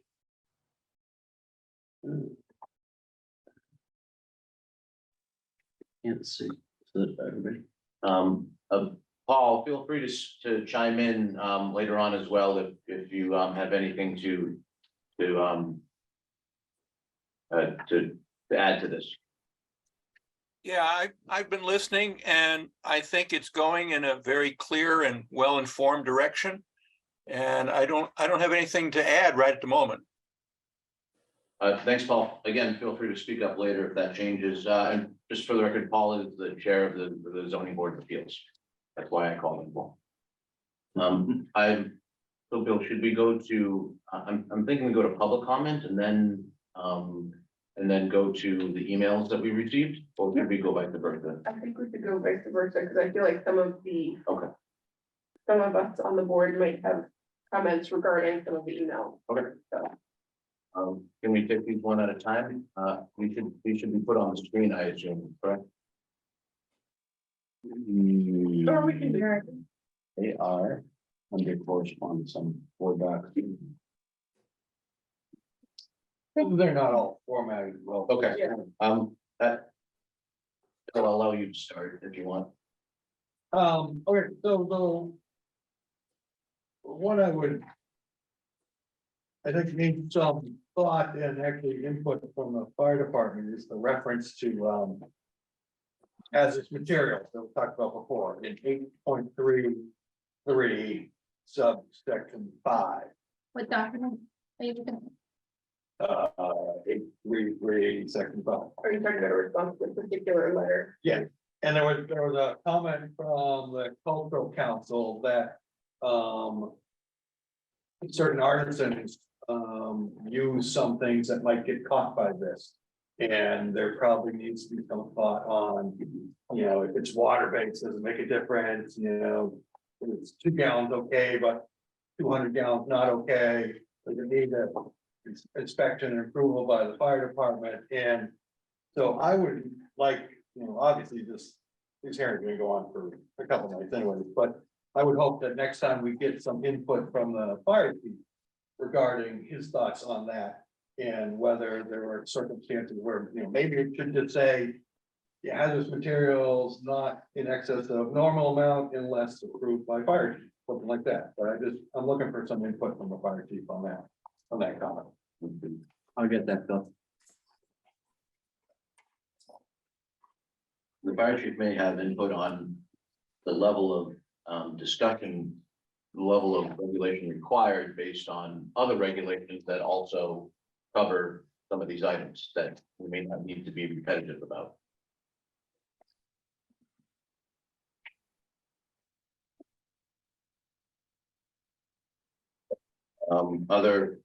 Other correspondence that we would care to discuss at this moment.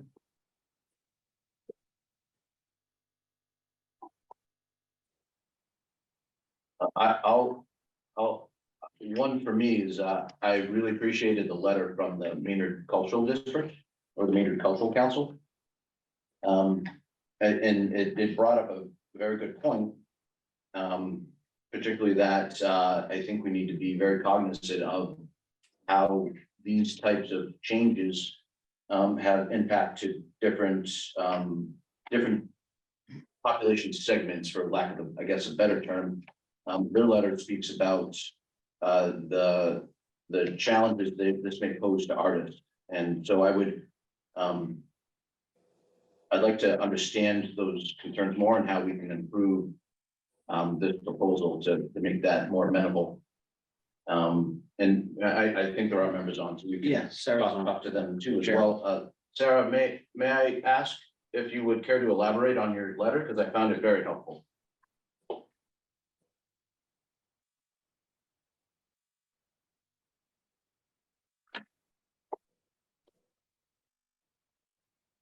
She muted.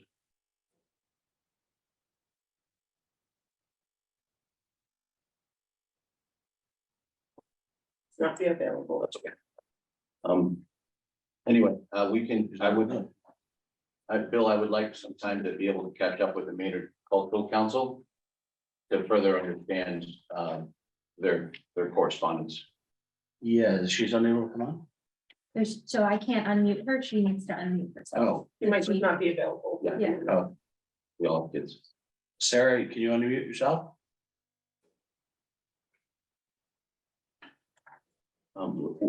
We'll catch up later. Any other comments by email that board members would like to bring up? Anything that was? Anything at all? Another one of the concerns from the cultural council. Well, okay, so one smaller one, I feel like, the discussion of motor vehicles or, sorry, this is, in regarding 8.3.3, the vehicle section. There are two things. One is any parking area shall retain the character of residential neighborhood. Parking on lawn or landscape areas shall not be permitted. Wait, am I in the right spot? Sorry. Yeah, under eight. Yep. Eight, The concern that they put forward was that a generous percentage of Maynard homes, short-term lawn parking is within the familiar character of a residential neighborhood. And the person can park one of my vehicles not on a paved area of my yard. I have to agree that I do understand that this could be a fuzzy area, and it falls into a blanket category of concerns over me and my tinsmithing hobby that I do in my yard with my car parked on my lawn. When I decide to become a professional tinsmith, you know, what changes? And this is an overall concern that I'm not entirely sure how to address, but I do understand. I mean, a lot of the letters that we've been getting in from various people seem to just address that purely, right? When it's a hobby, the town has very few noise, odor, fumes concerns. And then when it becomes a business, this is what we're getting into the business of delving into, right? I say that like I have a plan. I don't. I understand the I'm concern. unmuted now, if you can hear me. Sorry for interrupting. Hi, Hey, Sarah. Sarah. Can you hear me? Sorry about that. I'm on a Bluetooth. I thought I'd just be listening. So it was like not working for unmuting. Well, we just wanted to, we liked your letter and we understand some of your concerns, but if you wanted to, you know, go into any detail. Yeah, I don't know that I have much. I think you're kind of essentially addressing it is, you know, like something that we discussed is if somebody does something as a hobby, once they start making money doing it, you know, how it suddenly kind of crosses this line, essentially. And we don't want to kind of disincentivize people for, you know, to be professional artists versus hobbyists by making it onerous for them. Thanks, Sarah. Yes, that does make sense. And Bill, we've been talking about this for months, that sort of transition point between a hobby to a business. And we've been looking at it essentially from a mitigation standpoint regarding, you know, an activity itself can either, if there's a mitigation that's needed, if it's either approached as a code violation or essentially a violation of a special permit. Is that kind of how we're approaching this? Yes, if there was a activity going on in a residential neighborhood that we didn't know about, just right now, a call came in and it was something about, I don't know, say fumes. The way it would work is that the town would respond either through building commissioner or perhaps as the health director. And assuming that was documented and there was like with hot sauce, you know, you've heard about that where people cook hot peppers to make hot sauce regularly. And the fumes could be overwhelming every day. If something like that was documented, then it might be determined, you know, that this has to go before a board, the zoning board, to make a determination if this is in fact a home business and not a hobby because of the impact. If it's a business, it would go to the zoning board for consideration. Right. But if it's just a hobby or someone's, what they simply do on Every the day. property, then it's a code enforcement.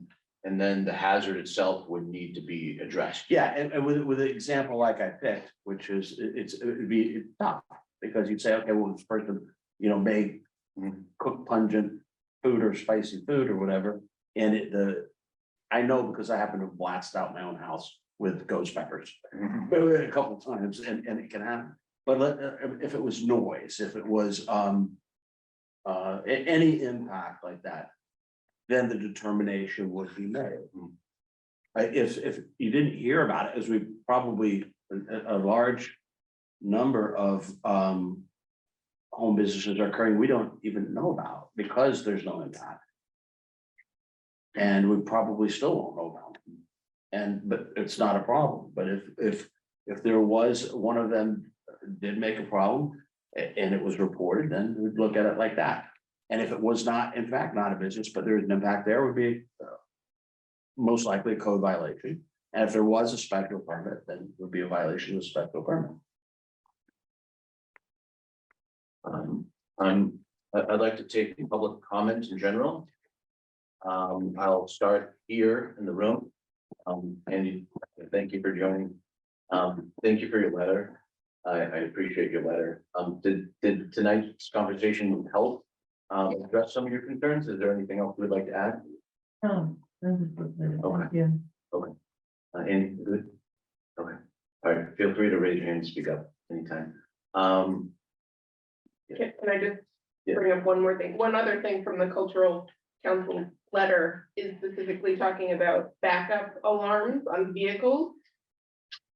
I don't know if anyone has any thoughts. I mean, the point that they brought up is that previously permitted UPS and other delivery services require backup alarms. Also, electric cars are equipped with backup alarms as well. In my mind, that, you know, point E specifically says motor vehicles or construction equipment associated with the AHBBA that are equipped with backup alarms shall not be operated. Now, again, that's, what's the line there? You know, if someone is using their personal vehicle. I don't know what the line is, and I think that it's a good point that in the age of electric vehicles, backup alarms are going to become commonplace. And to place a restriction on that may become a problem. However, I think that what it's meant to be addressing is a dump truck, right? Someone who has a dump truck on their property that they use for their construction business or whatever it is, that is backing up 15 times a day, and each time is a 10-minute, you know, something like that, which I understand wanting to, but again, I'm just not sure if there could be a change made that would. Yeah, I think that section needs to be clarified to that point. It's the vehicle that's used by the business, Right. not a vehicle delivering to the business. But if it's like, And, you know, if, you know, your new F-150 Lightning has a little beep because it's electric, well, then it needs some language to address that. right, because I'm talking about like, you know, a new private flower grower, right, who grows on their property and takes flowers to people's weddings. If they have an electric one, I don't want them to be, you know, not able to back up their vehicle on their own property when, you know, that sort of thing. A new Lightning owner, right here. Really? Okay, we'll talk later.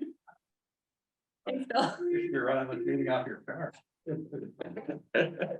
I'm gonna take public comments online. If you could, I'll call on you, and if you could just introduce yourself for the record. We'll start with Michael Hart. Hey, everybody. Sorry, I couldn't get the video working on my phone right now, but I'm Michael Hart. I live at 119 Summer Street. I really appreciate the work that you guys are doing to try to address this problem. I know that it's definitely tough to try and interpret like a hodgepodge of years old language. And I have a couple of comments. I kind of want to tag on to what Bob said earlier, but I think something that this doesn't very well address is the fact that like an S1 residential zone is a residential zone and supposed to be the most restrictive residential zone. And, you know, when you're talking about bringing any kind of home business in and there's any kind of disturbance at all, like that should just nix it right there. Like this is supposed to be where I can work, I can have family events, I can enjoy my property, I can sit in the backyard, drink lemonade. Like I should hear lawnmowers and lawn care and fine, but like once something becomes I think you cut out. Are you still on there, table Randy? that I noticed on the table that you guys brought up that it says non-residential accessory uses is an N under S1, but then underneath there's like, you know, trade shop by permit, which is kind of contradictory to me. And I know you're trying to get rid of the trade shops because they say craftsman, but you know, I know the elephant in the room here is that I live next door to Andy and Donna, and they operate an artist studio that they have gotten a permit for as a trade shop, but it's disruptive to the neighbors. And all abutting neighbors were like, yes, this is very disruptive to us. And we were given no consideration in that. And they were still issued a permit. It has conditions, but they were still issued a permit in the fact that they're disturbing our daily life and enjoyment and use of our properties. And I think that that is something that needs to be addressed more specifically with like very tight language in the in anything that you guys bring forward for new zoning regulations. And I've got a whole lot more to say, but I think I'm going to stop there. And I appreciate your time and what you're trying to do. Thank you, Michael. Feel free to email other comments to Bill Nemser for our consideration. I don't want to lose any thoughts or perspectives from anyone in town. All perspectives are very helpful. Yvette, please. Hi, thanks so much, me again. Yvette Tardif, 119 Summer Street. First, thank you so much to the board for all the work you've been putting into the bylaws. I really appreciate your efforts. There's been issues and we're so happy to have this public hearing and all the work you're doing to modernize the laws. I have 2 points for conversation. First, the S1 zone has a lot of outbuildings. They're not in the best locations. A lot were built close to property abutters. We're concerned about this new proposal that will turn the S1 neighborhood into a commercial corridor. We request that the accessory use not be permitted in the S1 most restrictive residential district, protecting the residential nature of the neighborhood. Secondly, I found several places where there is some ambiguity that maybe you can address. I have 3 examples found in the current Maynard Protective Bylaws. First, a live work dwelling unit, a structure or portion of the structure that combines a commercial, manufacturing, or artist activity, page 102. Second, a professional office, including commercial art studios, page 107. Third, light manufacturing, including metalworking, printing, or working with wood, page 104. All 3 are currently not allowed in S1 district. In the current proposal, these could be considered home accessory use. These and others in the bylaws can affect the community with a lot of noise, chemicals, etc. Would they be allowed in an S1 zone under the new bylaws? And then in closing, similar to the point that Richard Asman made about having a special place for businesses to operate by right, we want to protect the most restrictive residential zone, the S1. The proposed updated guidelines are not restrictive enough. We request more guidance and more protection for the neighbors. Again, thank you for your time and thanks for your work. Thank you, Yvette. Bill, regarding table 3.1.2, table A, the use regulations. What the word accessory. If we look at what was commented on, accessory non-residential uses, what is the definition of, what's your understanding of accessory in this then? Looking at exhibit, I know this is going to be hard to explain. yeah, If you go to, well, I have it here as exhibit F. okay. Accessory non-residential uses. So I'm trying to understand what the word accessory in this context means. I can make it stab at that. Yeah. It's. Originally, we had. Included that in the revisions to consolidate and clarify, but then it was pointed out that that's actually accessory to a non-residential use.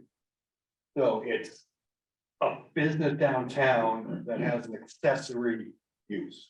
So it's, I don't know, a retail store with some accessory. I don't know. The office space or something like that. And, but it's definitely. That extra use is accessory to the primary use. So that line only talks about accessory uses to businesses. And that's why it's only allowed in business areas. So if I, for an example. This means that in the business district. You could have a commercial establishment that has a residential use attached to it? No, that's not what it's saying. This is saying this is a business with a different kind of accessory business. Like, Oh, because it's non-resident, got it, No, non. it's a retail establishment with a sub-professional office. is this like Art having the Amazon hub box in its lobby? Maybe, yeah. Maybe, something like that, It's like- horrendous wording, Okay, maybe the word needs to be clarified, but that's how Sure. it's been interpreted. we will duly noted on future changes. But so that accessory non-residential uses refers to commercial properties With other commercial use. with other commercial uses. Other secondary. Non-residential, It- secondary commercial. It does not refer to it does not refer to a home-based business. Oh, it most certainly does not. Okay, okay. And, in our next area, we can get a full clarification from the building commissioner, but it's definitely talking about business, and not anything to do with residential. So Understood. just understand, in the new version of the law, live well, work dwellings would not be allowed by the home office occupation that you're talking about. Professional offices would not be allowed, or light manufacturing. Am I understanding that correct? So just to take a step back, we're not making any changes to that table for accessory non-residential uses.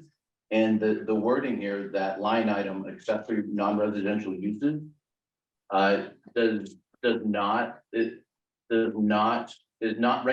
is not regulating. A home-based business in a residential zone. It's regulating a commercial establishment that has another type of business operation as an accessory to it. So the example here is a shop downtown that has another sort of delivery service up front. That's what it's Right, regulating. there's just, in commercial. there's a lot of ambiguity, so I think someone could say that they're allowed to do those things in the current proposed language that you guys have for home occupation. And I just love that to be cleared up, so you could, because it's clear right now that they're not allowed in an S1. But someone could say, under your new proposal, that those things are by right. So commercial uses are not allowed. A primary commercial use is not allowed in an S1. Therefore, we're not changing that. So there's a lot of ambiguity here. I agree, because this definition isn't great. And I think we're going to look for the next hearing to get some clarity from, maybe we'll just have to circle back and get some clarity, I think, from the building commissioner, maybe. Yeah, well, I mean, part of the thing too is the complexity of the language and zoning, because we're talking accessory use here. We're talking a secondary use of a primary thing. But, there's a bunch of tables that talk about primary use, and to use the example of professional office, as a primary use. If it's mostly gonna be professional office, it can only be in a business district. You can't build an office building in an S1. However, you can have today, under customary home occupation, you can have a professional home office. And you could be the little lawyer or the shrink or whatever, and you could do that today. But that's an accessory use. So once again, the zoning language is awkward and difficult, and there's a distinction between a primary use and accessory. Go ahead, Bob. But Which is- doesn't the chart, the table on page 8 of the current zoning bylaws, it says accessory non-residential use, S1, no. So doesn't that trump the rest of this conversation, that it should not, the customary does home not. occupation should not be allowed? It does not, because that's not referring to an ancillary use on a residential property. It's actually referring to a non-residential use, which means a commercial or business establishment. As a primary, So accessory to a commercial business establishment. That's what. Oh, okay, this- so on page 8, other uses, number 6, accessory and other uses, that table, we're at line item 3, accessory non-residential uses. Are we talking about the same thing? Yes, we are, and let's Okay. Great. discuss commercial as primary. As the primary use. So it's not applicable to the conversation tonight, and it does need. Now that we're aware of this, we will look towards addressing this so that it's more clear. We'll also work with the building commissioner so we really understand the details here. It's hard to properly express the amount of interruptions to our personal life that having an illegal business next door has caused. We would really appreciate if you guys took this into account as you're revising these laws to make it so that we complain less and have more clarity for everybody involved. Yeah, that if you were to go through and contribute to a special permit discussion using the proposed language. Is that improved from the old current language that we have? Well, the current language you have indicates that if any abutters have any issue with a special permit being permitted, then it will not be permitted. However, there was a special permit permitted even though all abutters objected. So I'm not sure in your current language how much weight, the effect to other people's property has. I think Bob's comment was great. I would like to enjoy my backyard. I'd like to barbecues. I'd like to have my family over. Like to enjoy my holidays, dinner. It's just like regular stuff I will be able to do at my house. And I think it takes priority. We did talk to somebody about selling our house, and property value has gone down because we have a business next door to us. So I think a lot of people in town will be concerned about that.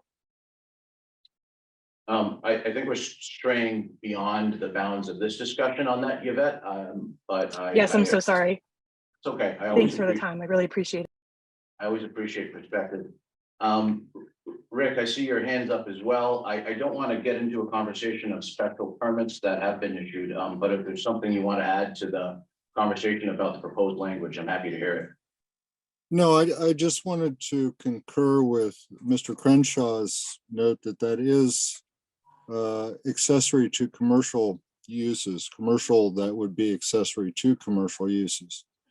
A really terrific example is connected to you where you're sitting, and that you have a jailhouse connected to a police station, and that jail that you have next to you is ancillary or accessory to the police station, which is a business use.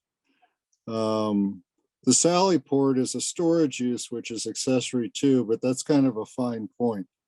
But it should be clarified by moving it to the main section of business uses. And so you would have a line item of accessory to that business use or ancillary, which I believe we have with the HCI zoning, but we don't have with the rest of the zoning. Anyway, that's all.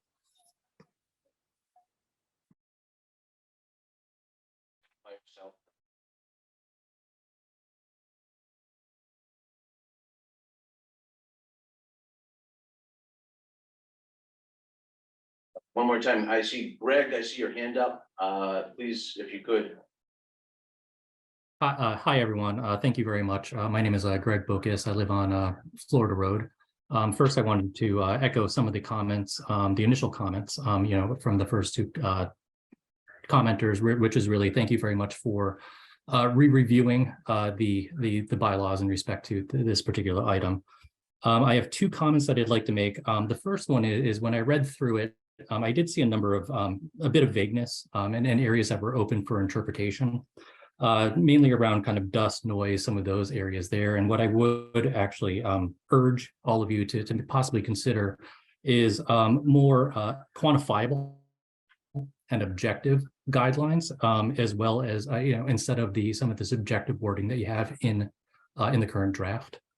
The second piece, and I will say, I think this was Bill who mentioned it earlier.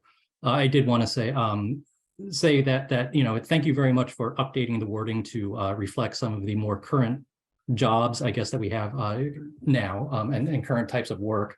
I'm really looking at the remote work section a little bit more.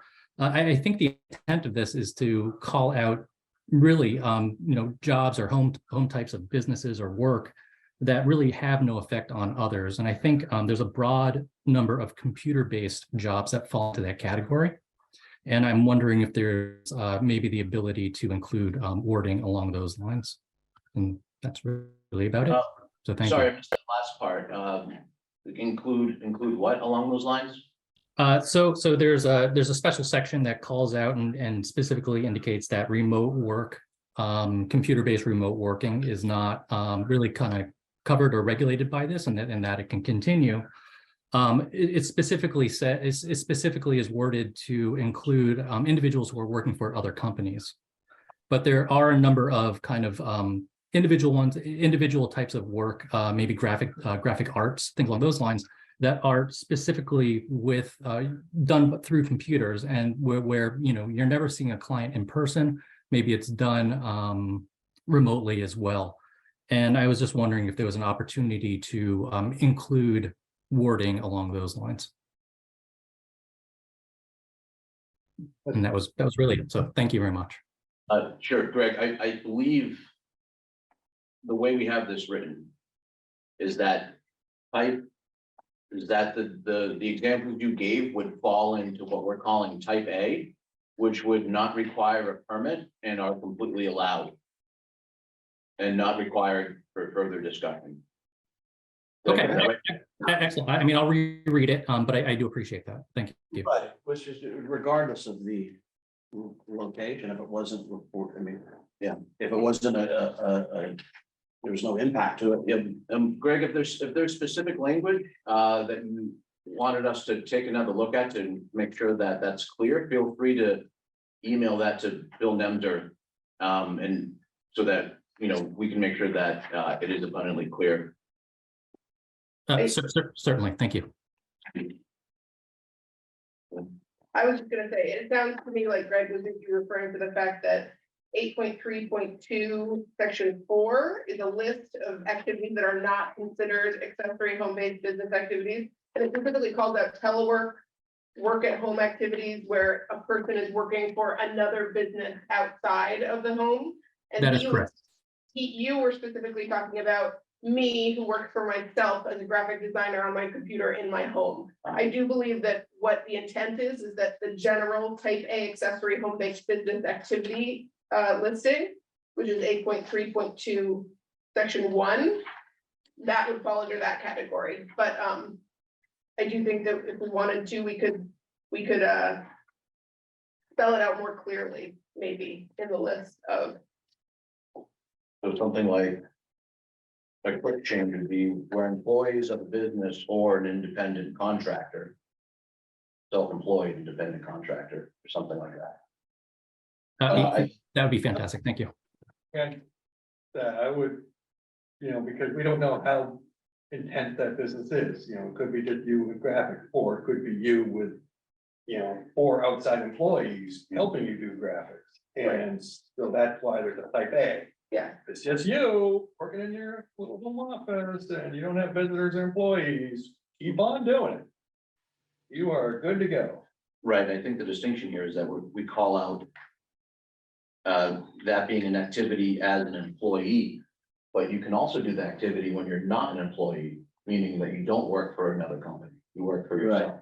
That's quite correct, but if you are, you know, if you are a, oh, I think about it, you're a W-2 employee and you're working at home, you know, that's just you.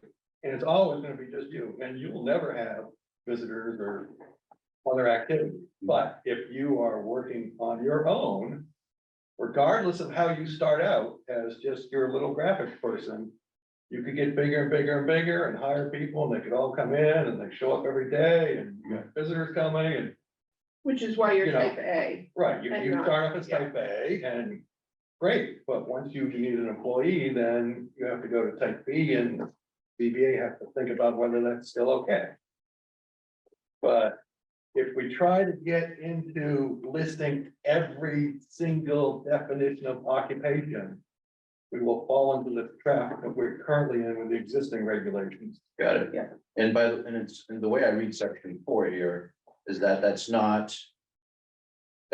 are not the only items that will qualify as type A. Type A has other general qualifications, Oh, yeah, that, right? That's So what- what I'm saying is it's not restrictive just to that. Type A is not restrictive just to A and B and number 4. It's restricted by impacts. Again, it goes back to the impacts. Exactly. If a fellow is designing a graphic arts, you know, working in graphic arts, and there's no impact to it, that's the whole intent of this bylaw. Okay, well, this is noted, and let's talk about more if there's clarity we can provide to this. Yeah. Amy Shu, please. I hope I pronounced that correctly. You got it. Can you hear me? Yes, I can. So my name is Amy Shu. I'm at 115 Summer Street. I just want to say good evening and thank you for the opportunity to speak tonight. Forgive me, I'm going to go a little off my little script. I had something planned to say, but I want to kind of just weed out the comments that have already been made tonight. I like to help solve problems. I don't like to just complain. So I'm happy to talk further with you at any time, but I just, I have a lot of concerns going forward. And I want to just say, as a resident of this town for 16 years, I don't want to sound, you know, tough, but I don't support changes that would make it easier to have a business located in a residential area. I've seen firsthand how complicated and stressful it can be. It is not pretty. It is not fun. It is not a place that we want to be, you know. There's a lot of subjectivity, and I think questions that I have, by making it easier for residents, for businesses in a residential zone, you don't know who moves in. You don't know what their plan is. You don't know their agenda. You don't know what could be happening, how it changes your life, how it changes your quality of life, your property, your, you know, like Yvette said before, your house and your value of your house. I don't feel very supported through the process, and I am concerned going forward for other people, like what happens. I know I've been in these meetings when the very first meeting that was had for the home business-based occupations, and it was stated by right here on this board that the enforcement is a huge problem. Not to, bash the building inspector, but he cannot be everywhere he needs to be. If there's a complaint, he can't show up and help at the drop of a dime. And that's what we're told to do. If there's a problem, call the building inspector or the police. Even the police have been wonderful, but it's not their job. It's taking resources away from the town, and it's really, really tough. I worry about things like, just other residents having a business running every day of the week from 9 to 5, weekends. What if it's too loud? What if there's odors? There's only, if somebody doesn't show up when it's happening, it's just subjective. It's just, oh, you're too sensitive or this or that. There's no way to kind of reel it in. It's a known issue with the town. It's been stated again and again. It's a flaw in this proposal, and it needs to be really, really carefully thought about. I want to see how we can do what's right for our town and the residents in these residential zones. It does not feel like we're looking at that right now. We're densely populated here. When you buy a home in a residential zone, you expect a neighborhood with residential type activities, kids playing basketball games in the yard, barbecues, different things like that. You don't expect to hear business noises all day long whenever they want to do it obviously between business hours, but 9 to 5, 7 days a week. Nobody wants to live near that, disrupting the quality of life in their residential zone. Again, I'm going to say it one more time. You never know who moves in next door and it kind of changes your life, and it's not worth it, in my opinion. When you look at these documents, they don't look bad. Like I agree with everybody that said, this is a lot of work. You guys are doing really good work, but I want to feel like that the residential zones are protected. When people move here, they don't move here to start a business. They move here for the small, quiet, friendly community that Maynard is, and that what we love about it. They don't move here to start a business. So I think that one of the big things is like looking really closely at this, setting priorities straight and protect the residents. There's so much space in this town that's currently zoned for small businesses. There's got to be other options. I really think the other last comment is to think really deeply about how this actually is going to help the town. I'm thinking, in my opinion, in my experience, that it's not going to help as much as it will harm, and it might cause more problems than it's worth. It will be taxing on our town resources and make for some really unhappy residents. In a perfect world, I'd love to see Maynard put their energy and resources towards provisioning a accessory dwelling unit bylaw, something like that, that can really help residents, that have growing families or, older aging parents. So that's just my comments. I feel like we really need to work at it. I don't want to just complain. Happy to help in the solution and talk more, but I really feel like there needs to be more support in the town for the residents that purchased homes here in residential zones so they can enjoy their families and properties. Thank you. Thank you, Amy. One thing that it's unclear to me. I've heard this, I think I've heard this twice tonight. The notion that we're looking to make it easier, in a sense, for accessory uses. And I'm just looking at section 8.3.6 of our proposed language. And we have a permit will be required and considered for permitting to have a number of considerations, A through N. And I would suggest that, well, not suggest, when I see this, my observation is that this updated language is more restrictive than the current language we have, because the current language we have doesn't discuss any of these items for consideration. And so now we're memorializing the impact side of this and putting it into the regulations itself. I appreciate your perspective and I'm listening. I still need to think more about how we're making it easier, because I haven't seen it that way yet. But I'm gonna maybe I can explain a little bit better. And I honestly I appreciate the question, because I feel like this is better than it was, absolutely. But in real life, when you live it, it's different. So it's the onus is left on the residents that are abutters or direct abutters, not like close abutters, to be the enforcers. So if there's a complaint, then you call the building inspector and then you leave an email or a voicemail or, and nothing gets solved right away. And so you call the police if there's a major issue, and then the police tell you to get a lawyer, and then you get a lawyer and you go to court, and it's just a disaster. So that's what I'm talking about. It needs to not be subjective. It needs to be more, just very clear, and it needs to, protect the residential zone. This is why we bought our house. We bought our house to enjoy our backyard, and we can't.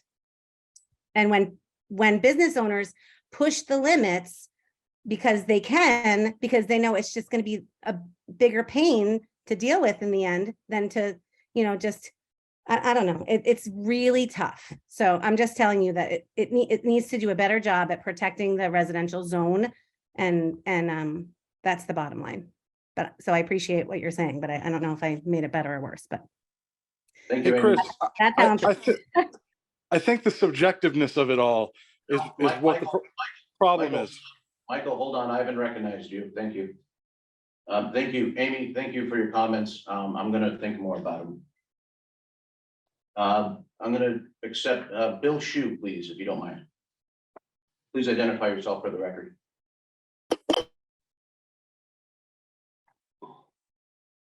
Oh, I think you're on mute. That should do it. Bill Shu, 115 Summer Street, Maynard, Mass. I just wanted to comment. I was on the first meeting, and my initial statement on this was that if there is to be a business in a residential neighborhood, ideally it would have zero impact. I still am of that feeling. I'm not going to support anything that will seemingly make it easier for somebody to have a business in a residential neighborhood. I do thank you guys very much for the work you've done on this. It does look like the home type B is pretty restrictive and has to go through a nice process, but it does also look like you opened up type A to be fairly wide and accepting, and knowing that people will first go for what's easy and bend the rules right up until the point where they're forced into applying for a permit. And then at that point, they can then bend the rules all the way up till you guys then have to pull some type of enforcement on them. It worries me. Our deal here is done. Your rules wouldn't have helped us whatsoever. What we're trying to do is protect people in the future in this town from this happening to them. Seeing what we've been through, knowing what we've experienced, and making sure that the other residents don't have to go through something like that. Also, making sure that if one of our neighbors happens to move, whoever moves in doesn't try to just start a business up again and have more of the same. I can't imagine what it would be like to have 3 or 4 type A businesses on one street, following the rules to the maximum set forth.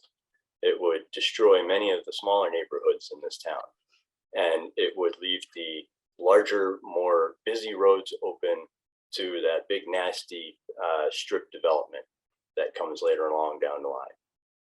So those are my comments. I do very much appreciate this. I think it is a wonderful start. I think the ambiguity is something that has to be fixed. There has to be actual numbers. There has to be hard set things in here. I really appreciate Bob wanting to protect the actual neighbors and the nuisance levels. I really appreciate Rick saying that a trade shop is something that does exist. And although everybody's been beating it to death as antiquated, it serves a purpose in the town. And it may serve a purpose even better where he suggested it goes into an appropriately zoned district. There is no point in having our residential districts if we just start to open them up to business like this. There's 0 point to it. We don't live in a city. We never will be. We won't have the population size. We'll always be a town. And we shouldn't try to make it such. We should stay as a town, and we should build the downtown, keep our community, and not be too narrow-minded and focused on what we're trying to zone for and what we're trying to achieve.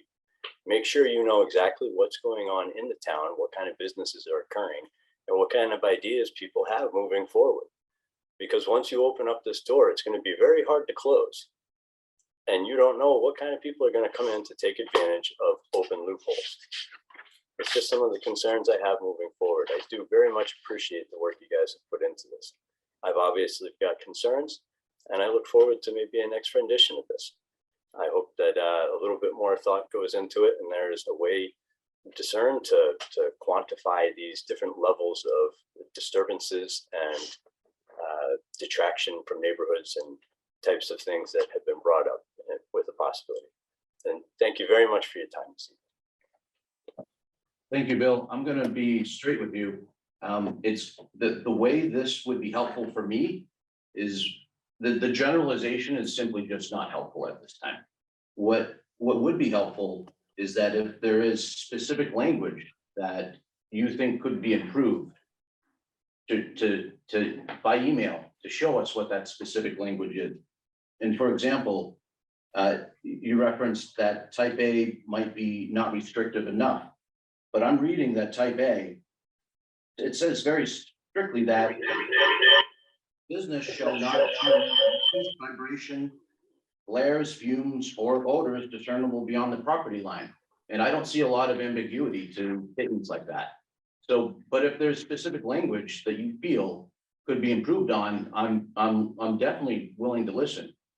But I don't necessarily agree with a number of your generalizations about this proposal. I don't think type A is I don't think type A is not restrictive enough.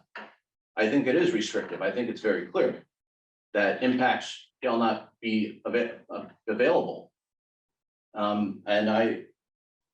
So again, the generalizations don't help me to know how to proceed. And if there's specifics, feel free to email me and Bill those specifics.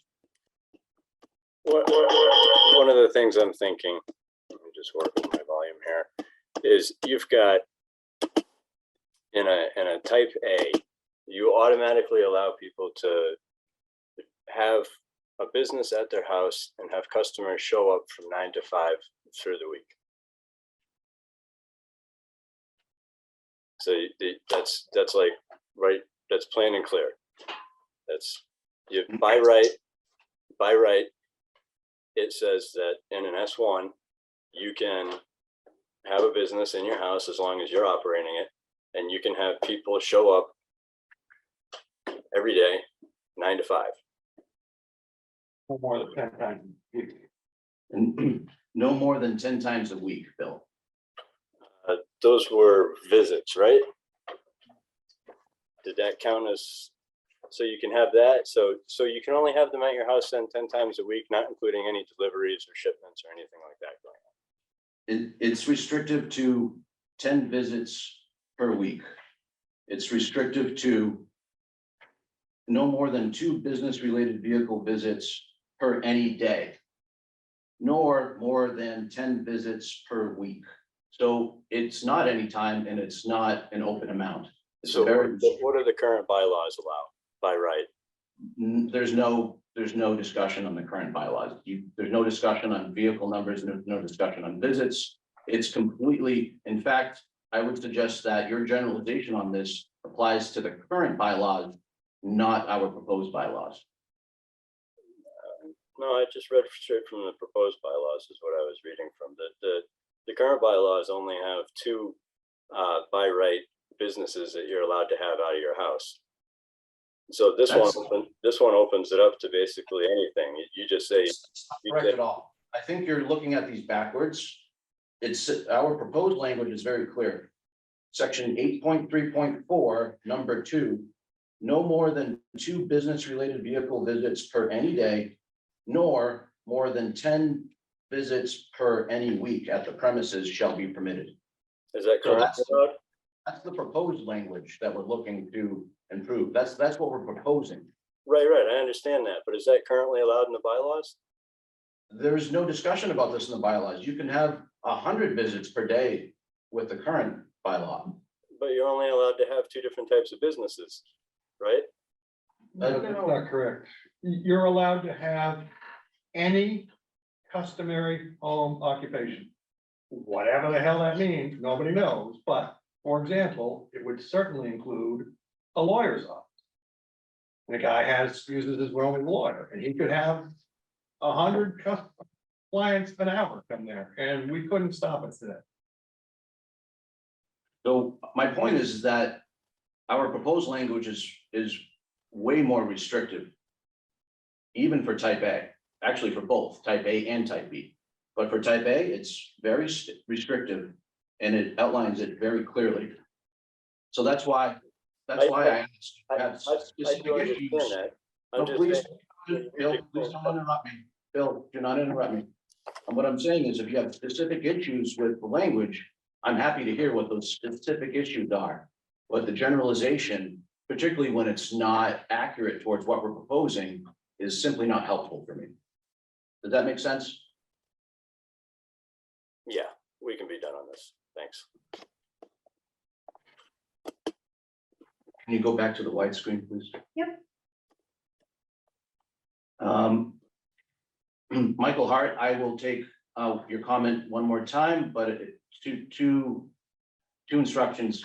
I'm not looking for repeat comments. And so it should be new information. So please go ahead.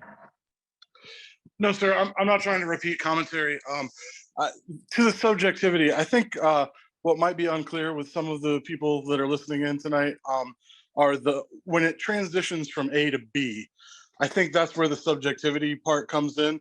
And I think that a lot of people, at least in my neighborhood, have a little bit of a bad taste in their mouth due to the fact that, all of the abutters were against something that happened, and it still happened. Stop you Wait, right there. Michael, hold I'm stopping you right there. No. Can there be language included? Can there be language? Please mute him. Michael, I'm not discussing any further special permits that have been granted in the past. I'm looking at. Can there be language included so that if all or a majority of abutters are against something happening, that perhaps that should be what the determining factor is, rather than a board of people that are not in situ to the situation? That's what I'm trying to ask for. We will take it noted. Thank you. Okay. Any new commentary? I will look for any new commentary here or online. So, they just have to raise their hand if it's you. And then I will. Amy, so I'll take Linda's comments first. Thank you, Chris. Can you hear me okay? Yes, thank you. Thank you to all of you for all the work you've done tonight, or leading up to tonight, and clearly there's been hours that have gone into it. For clarification, something was just mentioned not too long ago. What would the consideration, would there be a consideration if there were multiple applications? Well, I guess it wouldn't be. I guess a question that was raised for me was, what happens when there are multiple businesses in one small neighborhood? So in other words, if somebody came to the board to ask for a special permit, and there were already, there was already a business on that street, but then someone else wants to open up, have a business in their home. I mean, is there a limit, or is it unlimited to how many businesses would be run out of homes? I know it's one per home, roughly. But is there a possibility where an entire street could have, multiple businesses run out of it? Well, I would think right now you could have a neighborhood, under our definition, you could have an entire neighborhood that was, everybody had a type A business in there and nobody would know. So everybody's doing bookkeeping at home in every house on any street, theoretically. And because it's regulated by impacts, you wouldn't know. If you're talking about impacts of a type B business, that would be something that a board would look at individually. So maybe a type B business, if there was I can't think of anything offhand, it would be a good example, but something that had an impact, it was compounded by the surroundings, I would imagine the board would take that into consideration.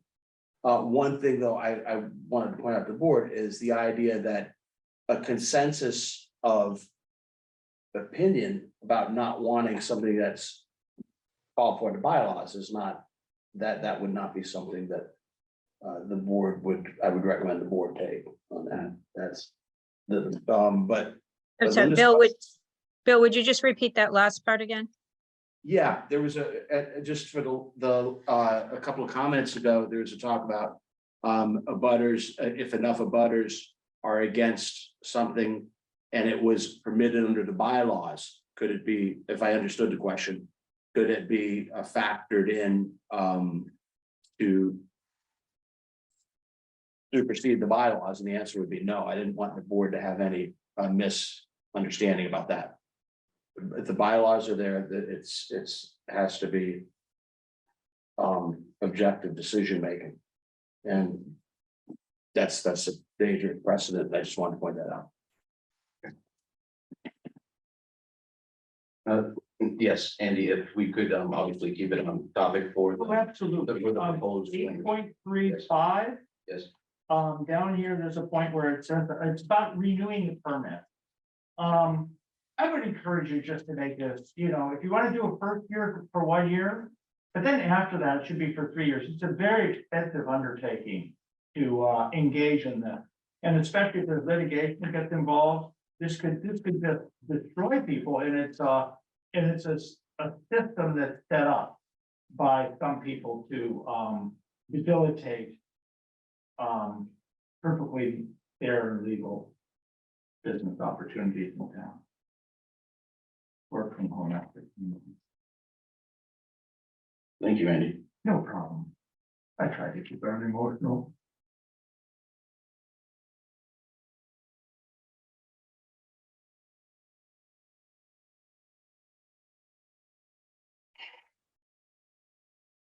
Amy, I'll allow one more comment. Again, this needs to be new information and it should be on topic regarding the proposed language. Absolutely. I just have a clarifying question. So I think part of the confusion with the A, I guess, is for me, I feel like it's all confusing, but I remember the meeting prior to this, and I can't, you know, there was a comment made that, you know, perhaps we might even allow whatever and not have a permit process. And then until people complain, then we'll know that they might need a permit. So is that different than the new proposed language? I'm not quite following, to be honest. Maybe. Okay, well, I can restate. So in the previous meeting to this, there was a comment made about like just bringing this forward, right? And so we attend all these meetings because we have an interest in it. And one of the comments made was that, you know, one of the possibilities would be that we wouldn't even try to have people apply for permits, but then if people started making noise about it and complaining, then they'd be asked to get a permit. So I think that's kind of where the confusion is for me. And I don't know if that's, you know, very different. The way a special permit would be needed is spelled out under a couple different sections, but it'd be for type B. And it's not about complaints. It's about the criteria of the business itself. Did I get that right, Bill? Crenshaw? Yes. She brings up a very interesting point that I am pretty sure that the Massachusetts zoning laws will not allow common sense. Can you elaborate? Well, I mean, I believe if I heard correctly, the proposal was, you know, if you're not bothering anybody, fine, but if somebody says, hey, I'm being bothered, then it must go through a special permit process, but I don't think Mass general laws can allow something that's subjective. There has to be. I don't know how a court would address it or anything like that. It's just, I mean, it's just too common sense an idea that, you know, laws have to have guidelines and rules. Thank you, Amy. Yvette, same instructions, please, new information and regarding the current proposal. Yeah, thanks so much. I really want to help you guys find a solution, and I really appreciate that you guys are partnering with the public on this. Trying to think of how we could change the language so it would like make everybody on Summer Street that happy. I think if we said a type B was not allowed in an S1, I would feel way more comfortable with it. If I knew I wouldn't have any noise or sounds, smells, vehicles in my very small backyard disrupting it, I would vote for it. So if my suggestion would be to make it so in the chart, S1, no to type B accessory home-based business activities. Is that helpful? Yes, that's a helpful comment. Thank you, Yvette. Great. I have some more. I'll just like the specific to help you guys with the places we might be able to find clarity, and I'll email them over. Appreciate that option. That's very helpful. Thank you for that. I did see another hand. Michael, again, same instructions to you. New information, please, in regarding the current proposal.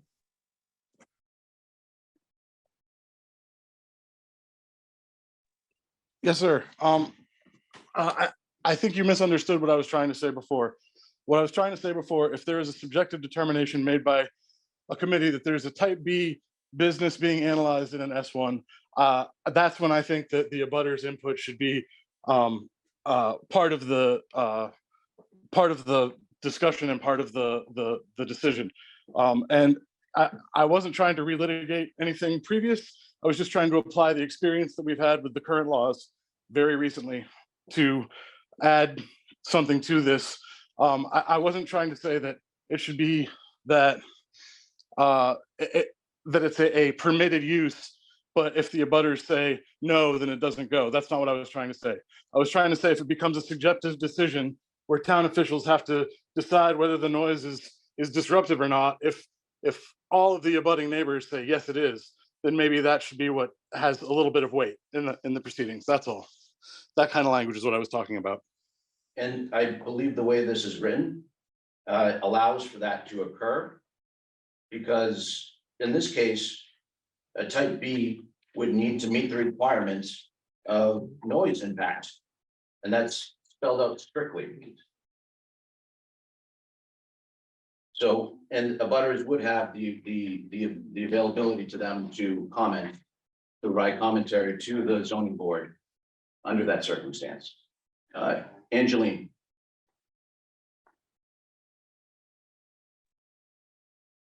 Hi, can you hear me? Yes, again. Hi, my name is Angeline Poivert. I live on Summer Street. First, I wanted to share an observation. I think part of the reason why some folks here are focusing on the current bylaws is because, we want to participate based on some of our experiences and lessons learned from the current bylaws. So I think that's partly why it keeps coming up.